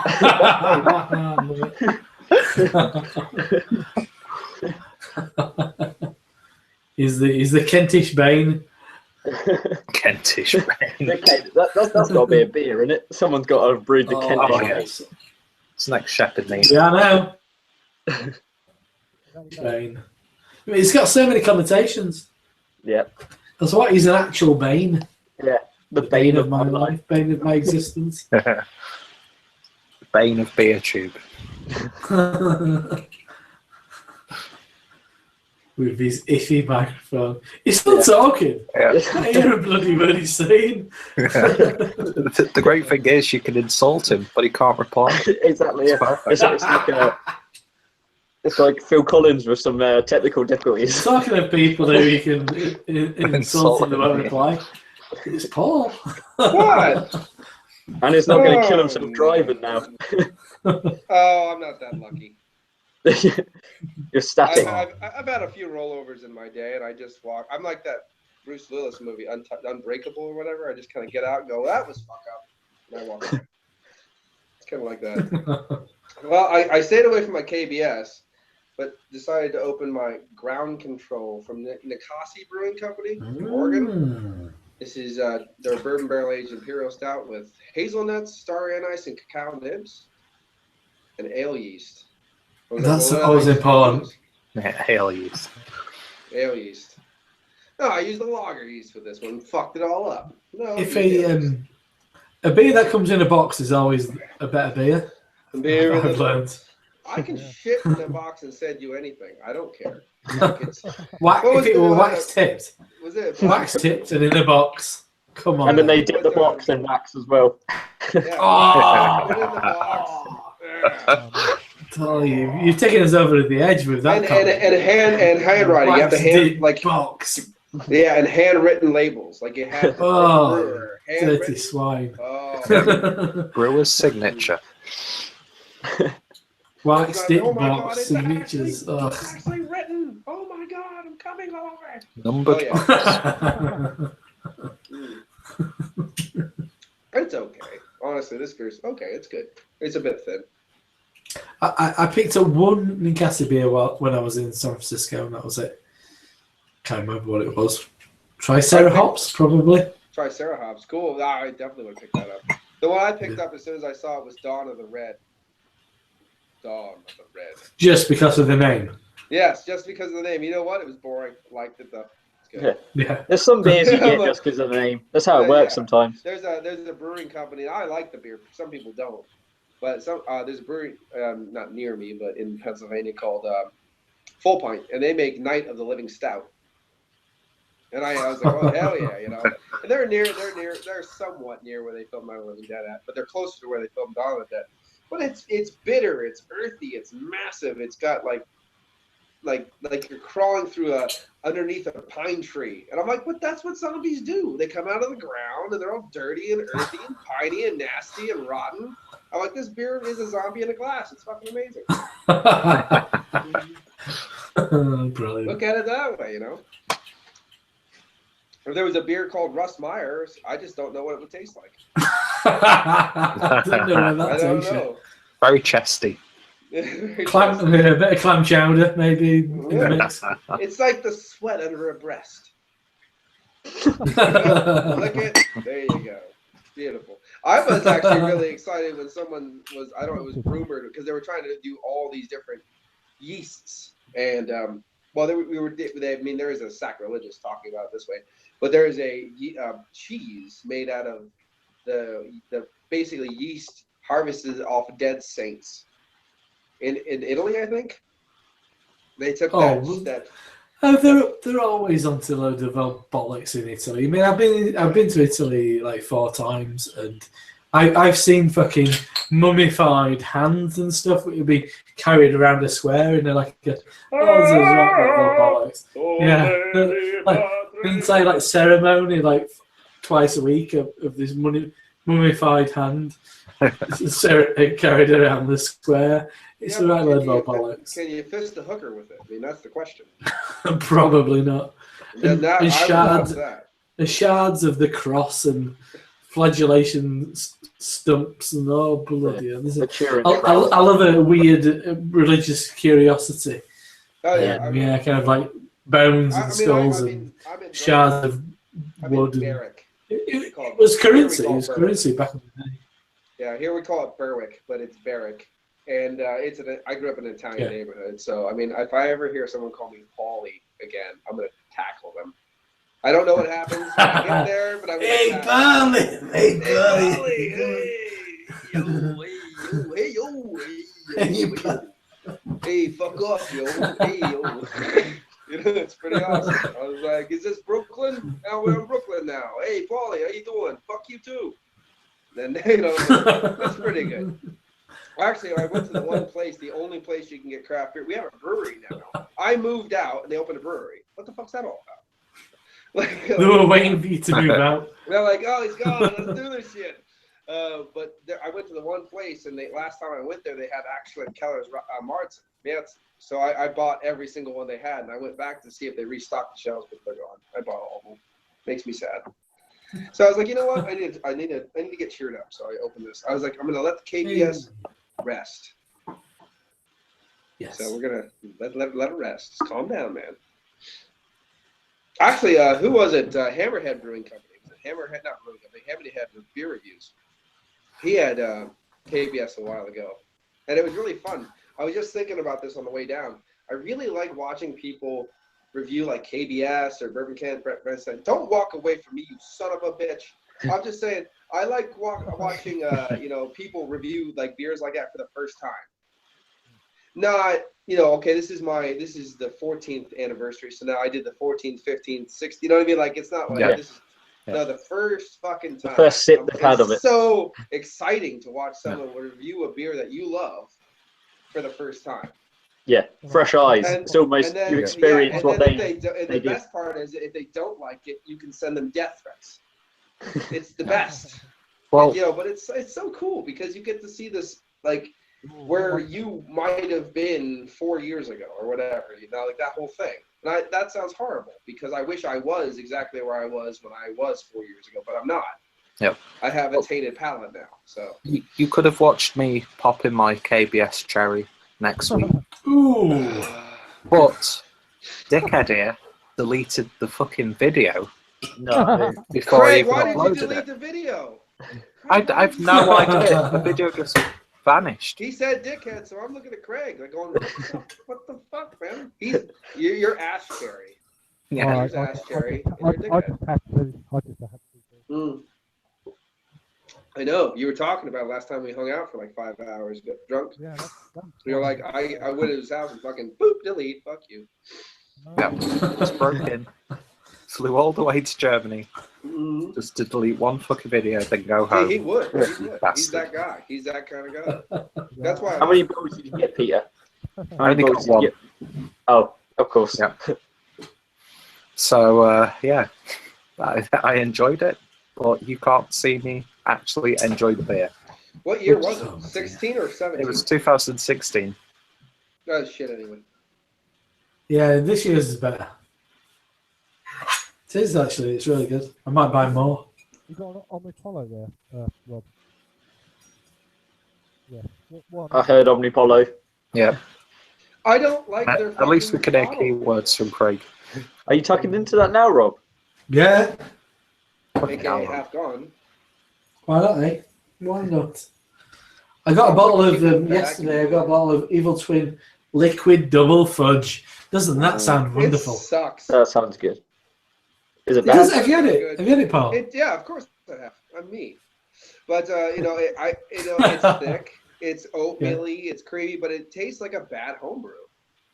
Well. I'm like, okay, this has no actual. I don't know. It has no actual dimension to it. It's just like really thicky oatmeal kind of stuff, and I'm like, okay, but it's boring. It's not very good. I mean, it's okay for what it is, but overall, my take on it was like, I really wanted this to be the best beer in the world, and it really is. It does sound wonderful. It does. It does. It sounds like orgasmic pleasure. I mean, give or take. Give or take the man love. But other than that, it sounds like orgasmic pleasure. That's disappointing. Well, and that's glad I spent the equivalent of like $20 on that. I have a tainted, stupid palate. So well, everyone else that might be the test. There you go. I hope other people like Doesn't it I sound wonderful, though? Doesn't it sound absolutely amazing? It sounds Liquid crazy. double fudge. Yeah. I had twice the fudge. Exactly. Like twice the, if you didn't have fudge, if you didn't have enough fudge, it's just packed with fudge. But a finger of fudge is just enough. Yeah. No. I need double. Double the fudge. I mean, you are like the Keebler L. Forder. You just double the fudge. You just keep it in there. Now, I come from Pennsylvania, land of the Hershey Highway, so I don't know. Hershey Highway. That sounds like an unfortunate situation. Yeah, you're packing the fudge down the Hershey Highway. You're packing it down there. So. That sounds like some of diabetes' main artery. Sometimes I actually have to explain, like, when I taste this tastes exactly like Hershey syrup. Now, if you don't know what Hershey syrup is because you're from someplace else, think of the movie Psycho. That shit they poured down the drain to say it was fake blood. Yeah, that was that. I don't know. It's like some people don't know what Hershey's is, but some people do. See, the Hershey Highway in the UK would be the Cadbury Alley. Yeah. The Cadbury egg. The Cadbury Cadbury Alley. Yes. That was what you said. The Cadbury cornhole. See, cornhole is definitely not a British word. Yeah. Bunghole is though. No, I think that's just Beavis and Butthead. Yeah, I know that from Beavis and Butthead. I actually went. That's I was in. Bunghole bunghole is the hole that's in a barrel. And when I was. When I was over in Salem, Massachusetts, I actually went to a liquor store there. There was an old weathered wooden sign in Salem, Mass. When I was there, Massachusetts, and the liquor store was called Bunghole Liquors, and I was like, that is the best name. How enticing! Yeah, I was like, I am totally there. Let's do this. I could use a good rimming right now. Yeah. And it was just a liquor store. And I'm like, oh, man, I got so excited. That's how it's served. By the rimful. That is the best name for a liquor store I've ever seen. I was like, oh, Bunghole Liquors. Oh, fuck me. This is happening. It's right by the docks, too. So, this is I bet it's right at the docks. Right next to the docks. All for the sailors. The sailors gather around the bunghole. Mm-hmm. I don't know why you guys let me on here. No idea. For that very reason. I don't get it. It's kind of it's a cultural exchange between our two nations. Yeah. We're doing more for kind of like world two peace than anybody else. Yeah, the civilized world, and then the Pennsylvania. We've got Germany, yeah, we've got UK, we've got America. Countries separated by common ignorance. Like. Ding ding ding ding ding ding ding. Hi, how's it going? Ding ding ding ding. You got a pretty mouth, boy. Actually, most of my family's from Mississippi, so that's pretty funny. They're very, very inbred down there. I mean, yeah, I can't. Yeah, pretty much. I'm not gonna correct that. Yeah, pretty much inbred. It's pretty. We have a place like that in England. Great. It's called Norwich. Is it called Devon? Norwich. Oh. Or Somerset. Somerset would be pretty. Somerset, who's from kind of like that area? Not really, Somerset. everybody is there, I guess. Strong side of the country. No Do one you know a more modern, not modern, a latest beer reviewer called Brett, who's joined our group on the thing? I think he's The guy from, with the beard. Yeah. Got a great. I think he's from around there. I Isn't he? don't know who he is. I watched his videos, but yeah. No, I watched a few, but I think he's from around there. But other than that, no, I don't know anyone from. I'm not gonna pick every little part of England out and insult it before I get there. I'll do that after. Yeah. You'll insult it as you go round. Yeah. Oh, It's yeah. more nuanced than you think. He'll never leave. Well, Holland never leave. I love it. Since they don't burn people for witches anymore, I guess I could stay. You know what I mean? So that's pretty good. You know. Well, the witch hunter general came from Manningtree, which is a village near where I live. That's where the witch hunter general that's awesome. came from. Nice. The Conqueror Worm. I like it. Pretty good. I love that title. Imagine that as a job title. You're the witch hunter general. Witch hunter general. What do you do? Well, think about the time when he interviewed for that. Okay, Yeah. what's your qualifications? I I hate women, and I want to burn them. I've got the hat. You know what? I've got the hat with the buckle on the front. I've already got the hat. Look at that son of a bitch. You're in, man. Have you got the hat? Have you got the hat? Have you got the hat? No. Close. I'm the witch hunter general. Best is the witch smeller for Swevens. I'll take your word for that.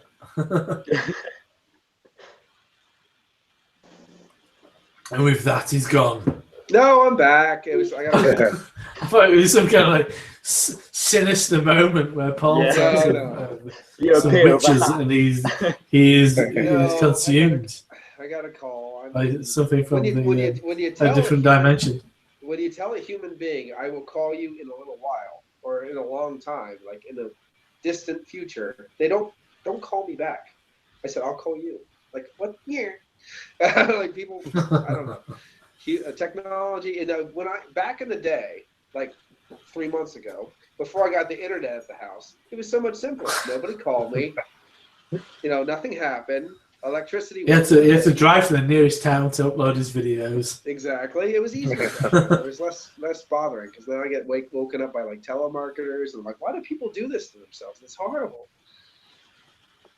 People calling you and trying to talk to you, like, go away. I'm a more human, long-haired version of the Grinch that lives up on the mountain. I will steal Christmas as soon as I can. With more guns. Yeah, with a lot more guns. I am gonna wage war on Christmas. So you're in you're in Pennsylvania. Where exactly in Pennsylvania are you? I am 20 miles north of Bloomsburg, the only town in Pennsylvania. Oh. So where actually is it? What are you? Where are you in a village or a township or what? The village, the tiny village is called Sereno, but my mailing address is Millville, the Ville of the Mills. Do you all walk there to that summit to collect your mail? I actually live about 11 minutes from Millville. I live pretty much at Millville is actually a Puritan town, and it's a dry town where there's no alcohol allowed. Yeah, it's pretty awesome. Are you literally sent there as like some kind of testament to their will or something? Yeah, no, I'm Paul's in some Puritan sound is like. I'm the only guy at about like an hour of distance that looks like me. I'm like, what do you want? And feel like, how you doing? I'm doing fucking great. Get away. There's like a stone. There's like a stone effigy of him somewhere in some church. They have like board meetings. We have town models meeting. made out Town of meeting. twigs. That fucking long-haired bastard's back in town. Should we do anything about it? We can't burn him. It's illegal now. God damn it! Get the gallows back in order. Yeah, something like that. It's pretty awesome. What I found out is have a kid. Because if you walk with a little kid on your shoulder, they're like, oh, hi, little kid. They don't care about you anymore. They just see a little kid. Hey, little baby. You know, and other than that, that's fine. Actually, I've found that people come up to you, though, when you have a little kid, people who you don't know just come up to you and start talking, and you're like, fuck off. Yeah. I don't want to speak to you. Yeah, that's right.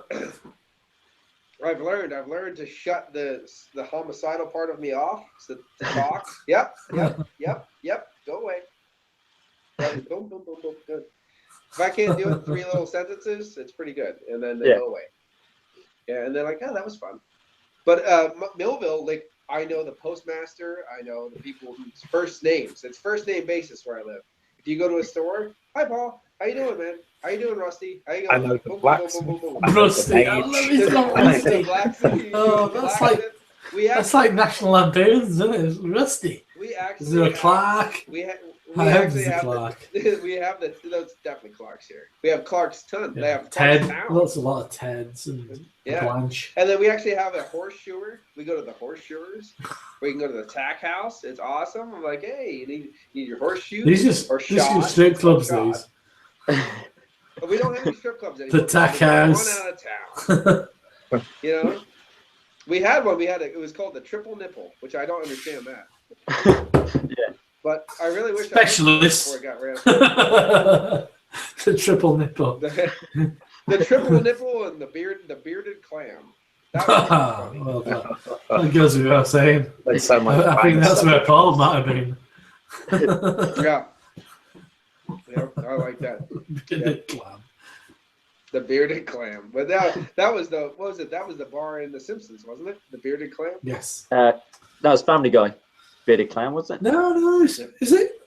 I can't remember now. I'm way older than you. I think you might be right. I think I'm Family Guy, ye old pube.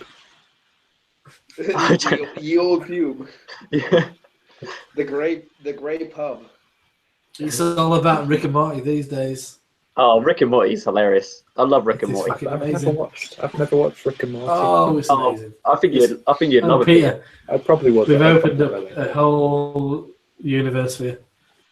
It's amazing. I'm trying to think of the oh, I got food coming. Oh, be back. Go for it. I got strangers. Yeah, there's someone. Some victims. Peter, you would love Rick and Morty. It's amazing. It's like it's the kind of like the Back to Future kind of like scenario, but in a very, very dark, twisted sense. Oh, yeah, in a slightly, a very bizarre, hallucinogenic kind of like Back to the Future. Well, that sold me right there. It's genius. It's absolutely genius.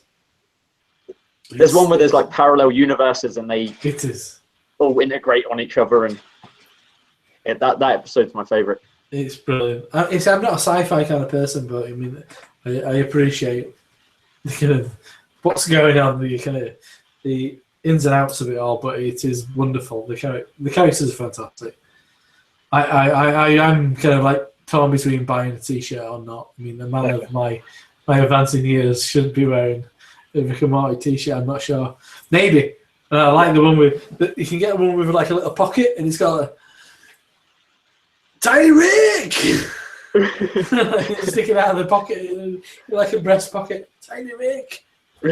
That's someone brewed a beer. I can't remember what brewery it was, but it was called Wubba Lub Dub. It's called Wubba Lub Dub. And I can't remember. I literally saw it on Instagram the other day. I'm searching for it, but I can't remember who did it. Yeah. Get Swifty or something like that. Somebody's going to do it. Get Swifty. You're still on that new show you said you were watching? Yeah. But it's not that new. It's a couple of years now, isn't it? But it's amazing. I don't like the newest shit I've watched on TV. Wow. Well, not TV, obviously, because what's that? Internet. Wow, that's really, really hard. From England. Wow. That's really well. There's David Mitchell, and then who's the other asshole that Mitchell and Webb? Yeah, Mitchell. Yeah. Oh, Mitchell and Webb is quality. Yeah. I used to watch it. Peep Show I used to watch a lot of that. Peep Show. Peep Show's fantastic. Yeah. Why is that Sir Digby Chicken Caesar? I used to watch. There was that. There was homeless guys. Yeah. I was on Mitchell and Webb. The Mitchell Webb thing. I didn't watch. I watched it once, I think, but Peep Show is significantly better than the. I always remember that episode thing. of Peep Show where he's walking through the underpass and those kids that harass him. Has he got a weapon or something? Did he have like a weapon in his pocket or something? Yeah, keys or a corkscrew or something. At the end, really terribly. Yeah, it's a corkscrew. Yeah, Jake's right. Because he gets bullied by some like teenagers. And like next time he goes out, he has a corkscrew in his pocket. Don't they go off crying or something? Yeah. So he like pulls it on them and goes nuts. Do you know what I found out?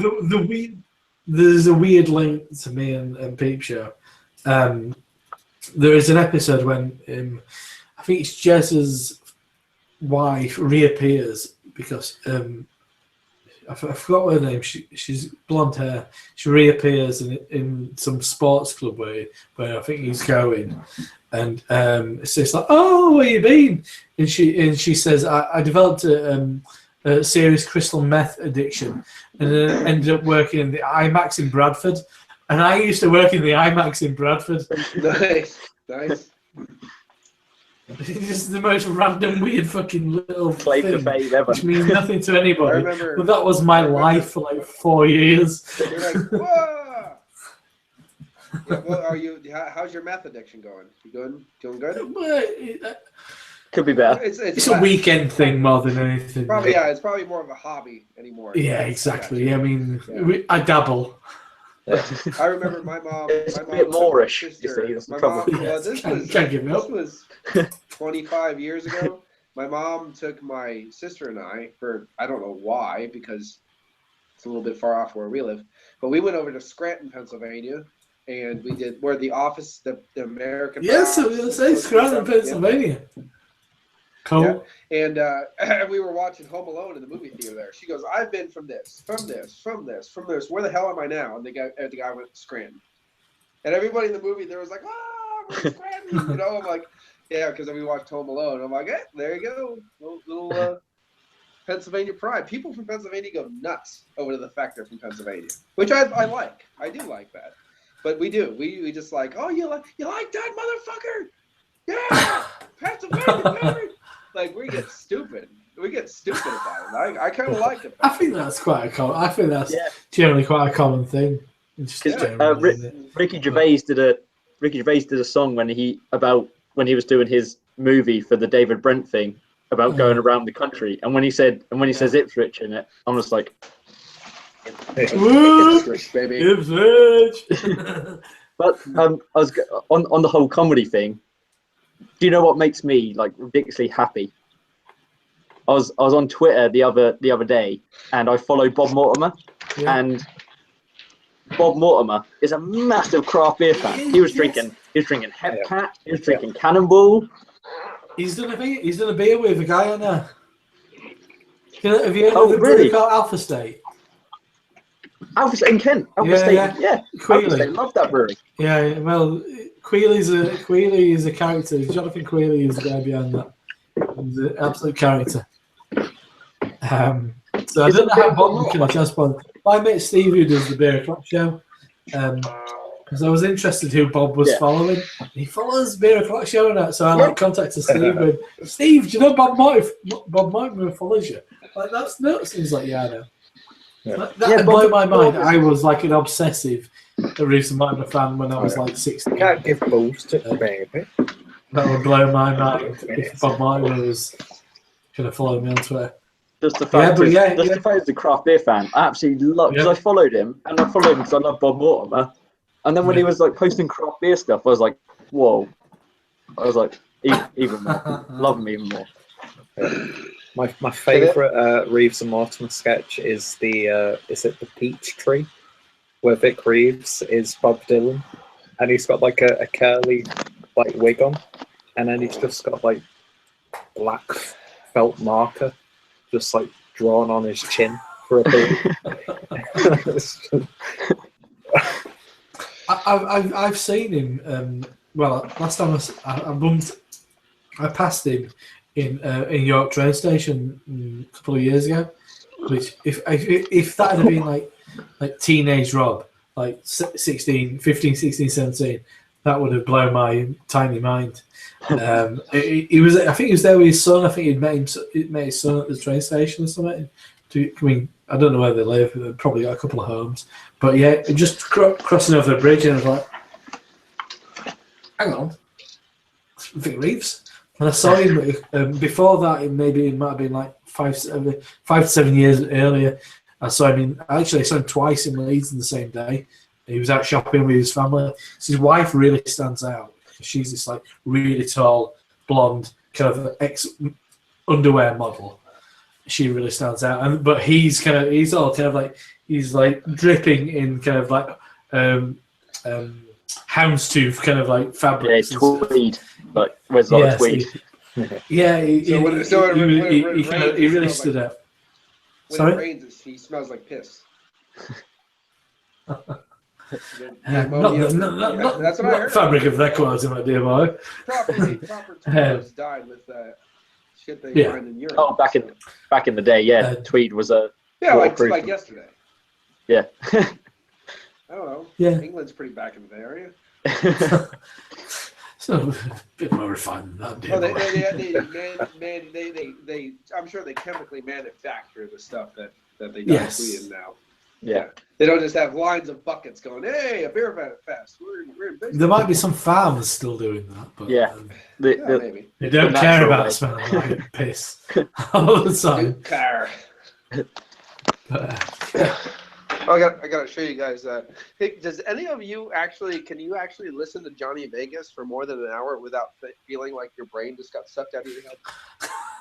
Oh, Johnny Vegas is a legend. I love Johnny Vegas.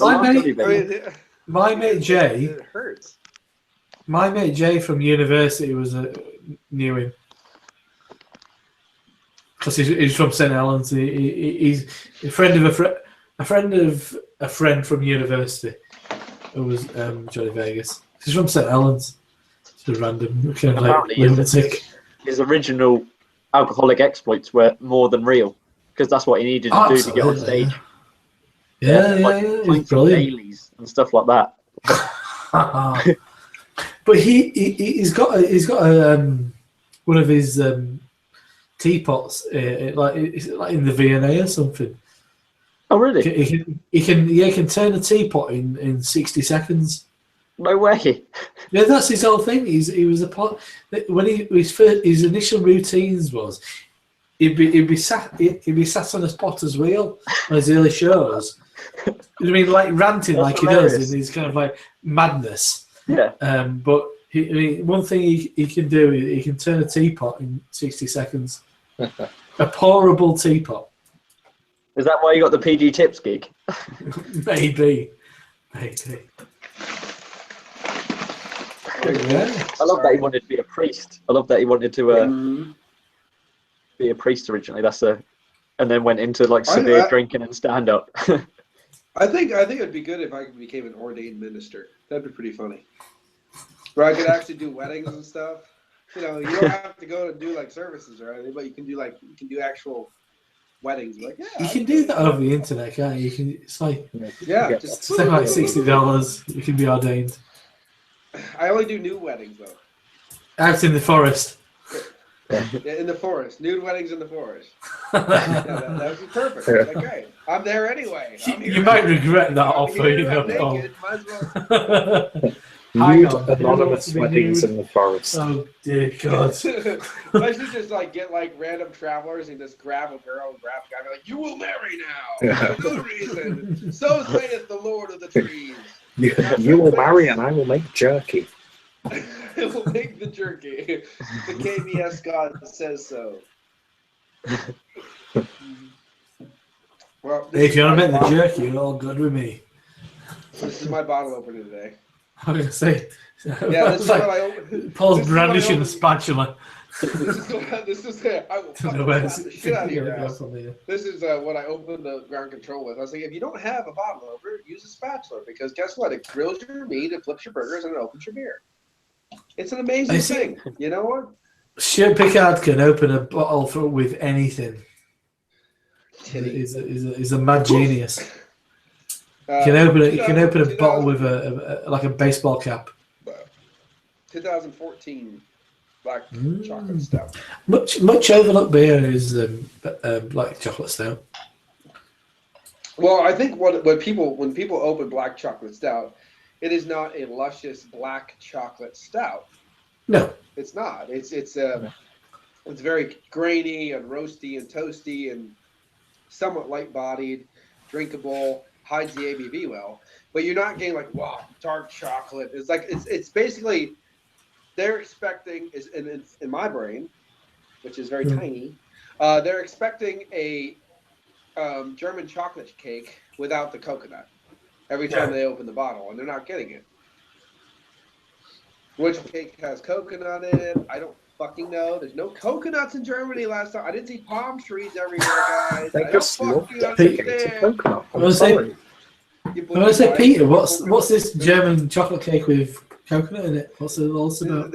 Here, there's like German chocolate cake has coconut covering. I'm like, why is there coconut on top of this fucking cake? German chocolate cake with coconut. Like I just want. Actually, the one thing is it's like you're looking at me like I'm an idiot. I'm like. In America, they have chocolate cake. Coconut. They have coconut all over chocolate cake. Which savages. And I don't like it. I don't like coconut, except for I love coconut. The flavor's okay. The only problem is if I drink coconut water, I feel I just lick the sunbather. Like yeah, it's got that flavor in your mouth where you just lick someone just tanning for some reason.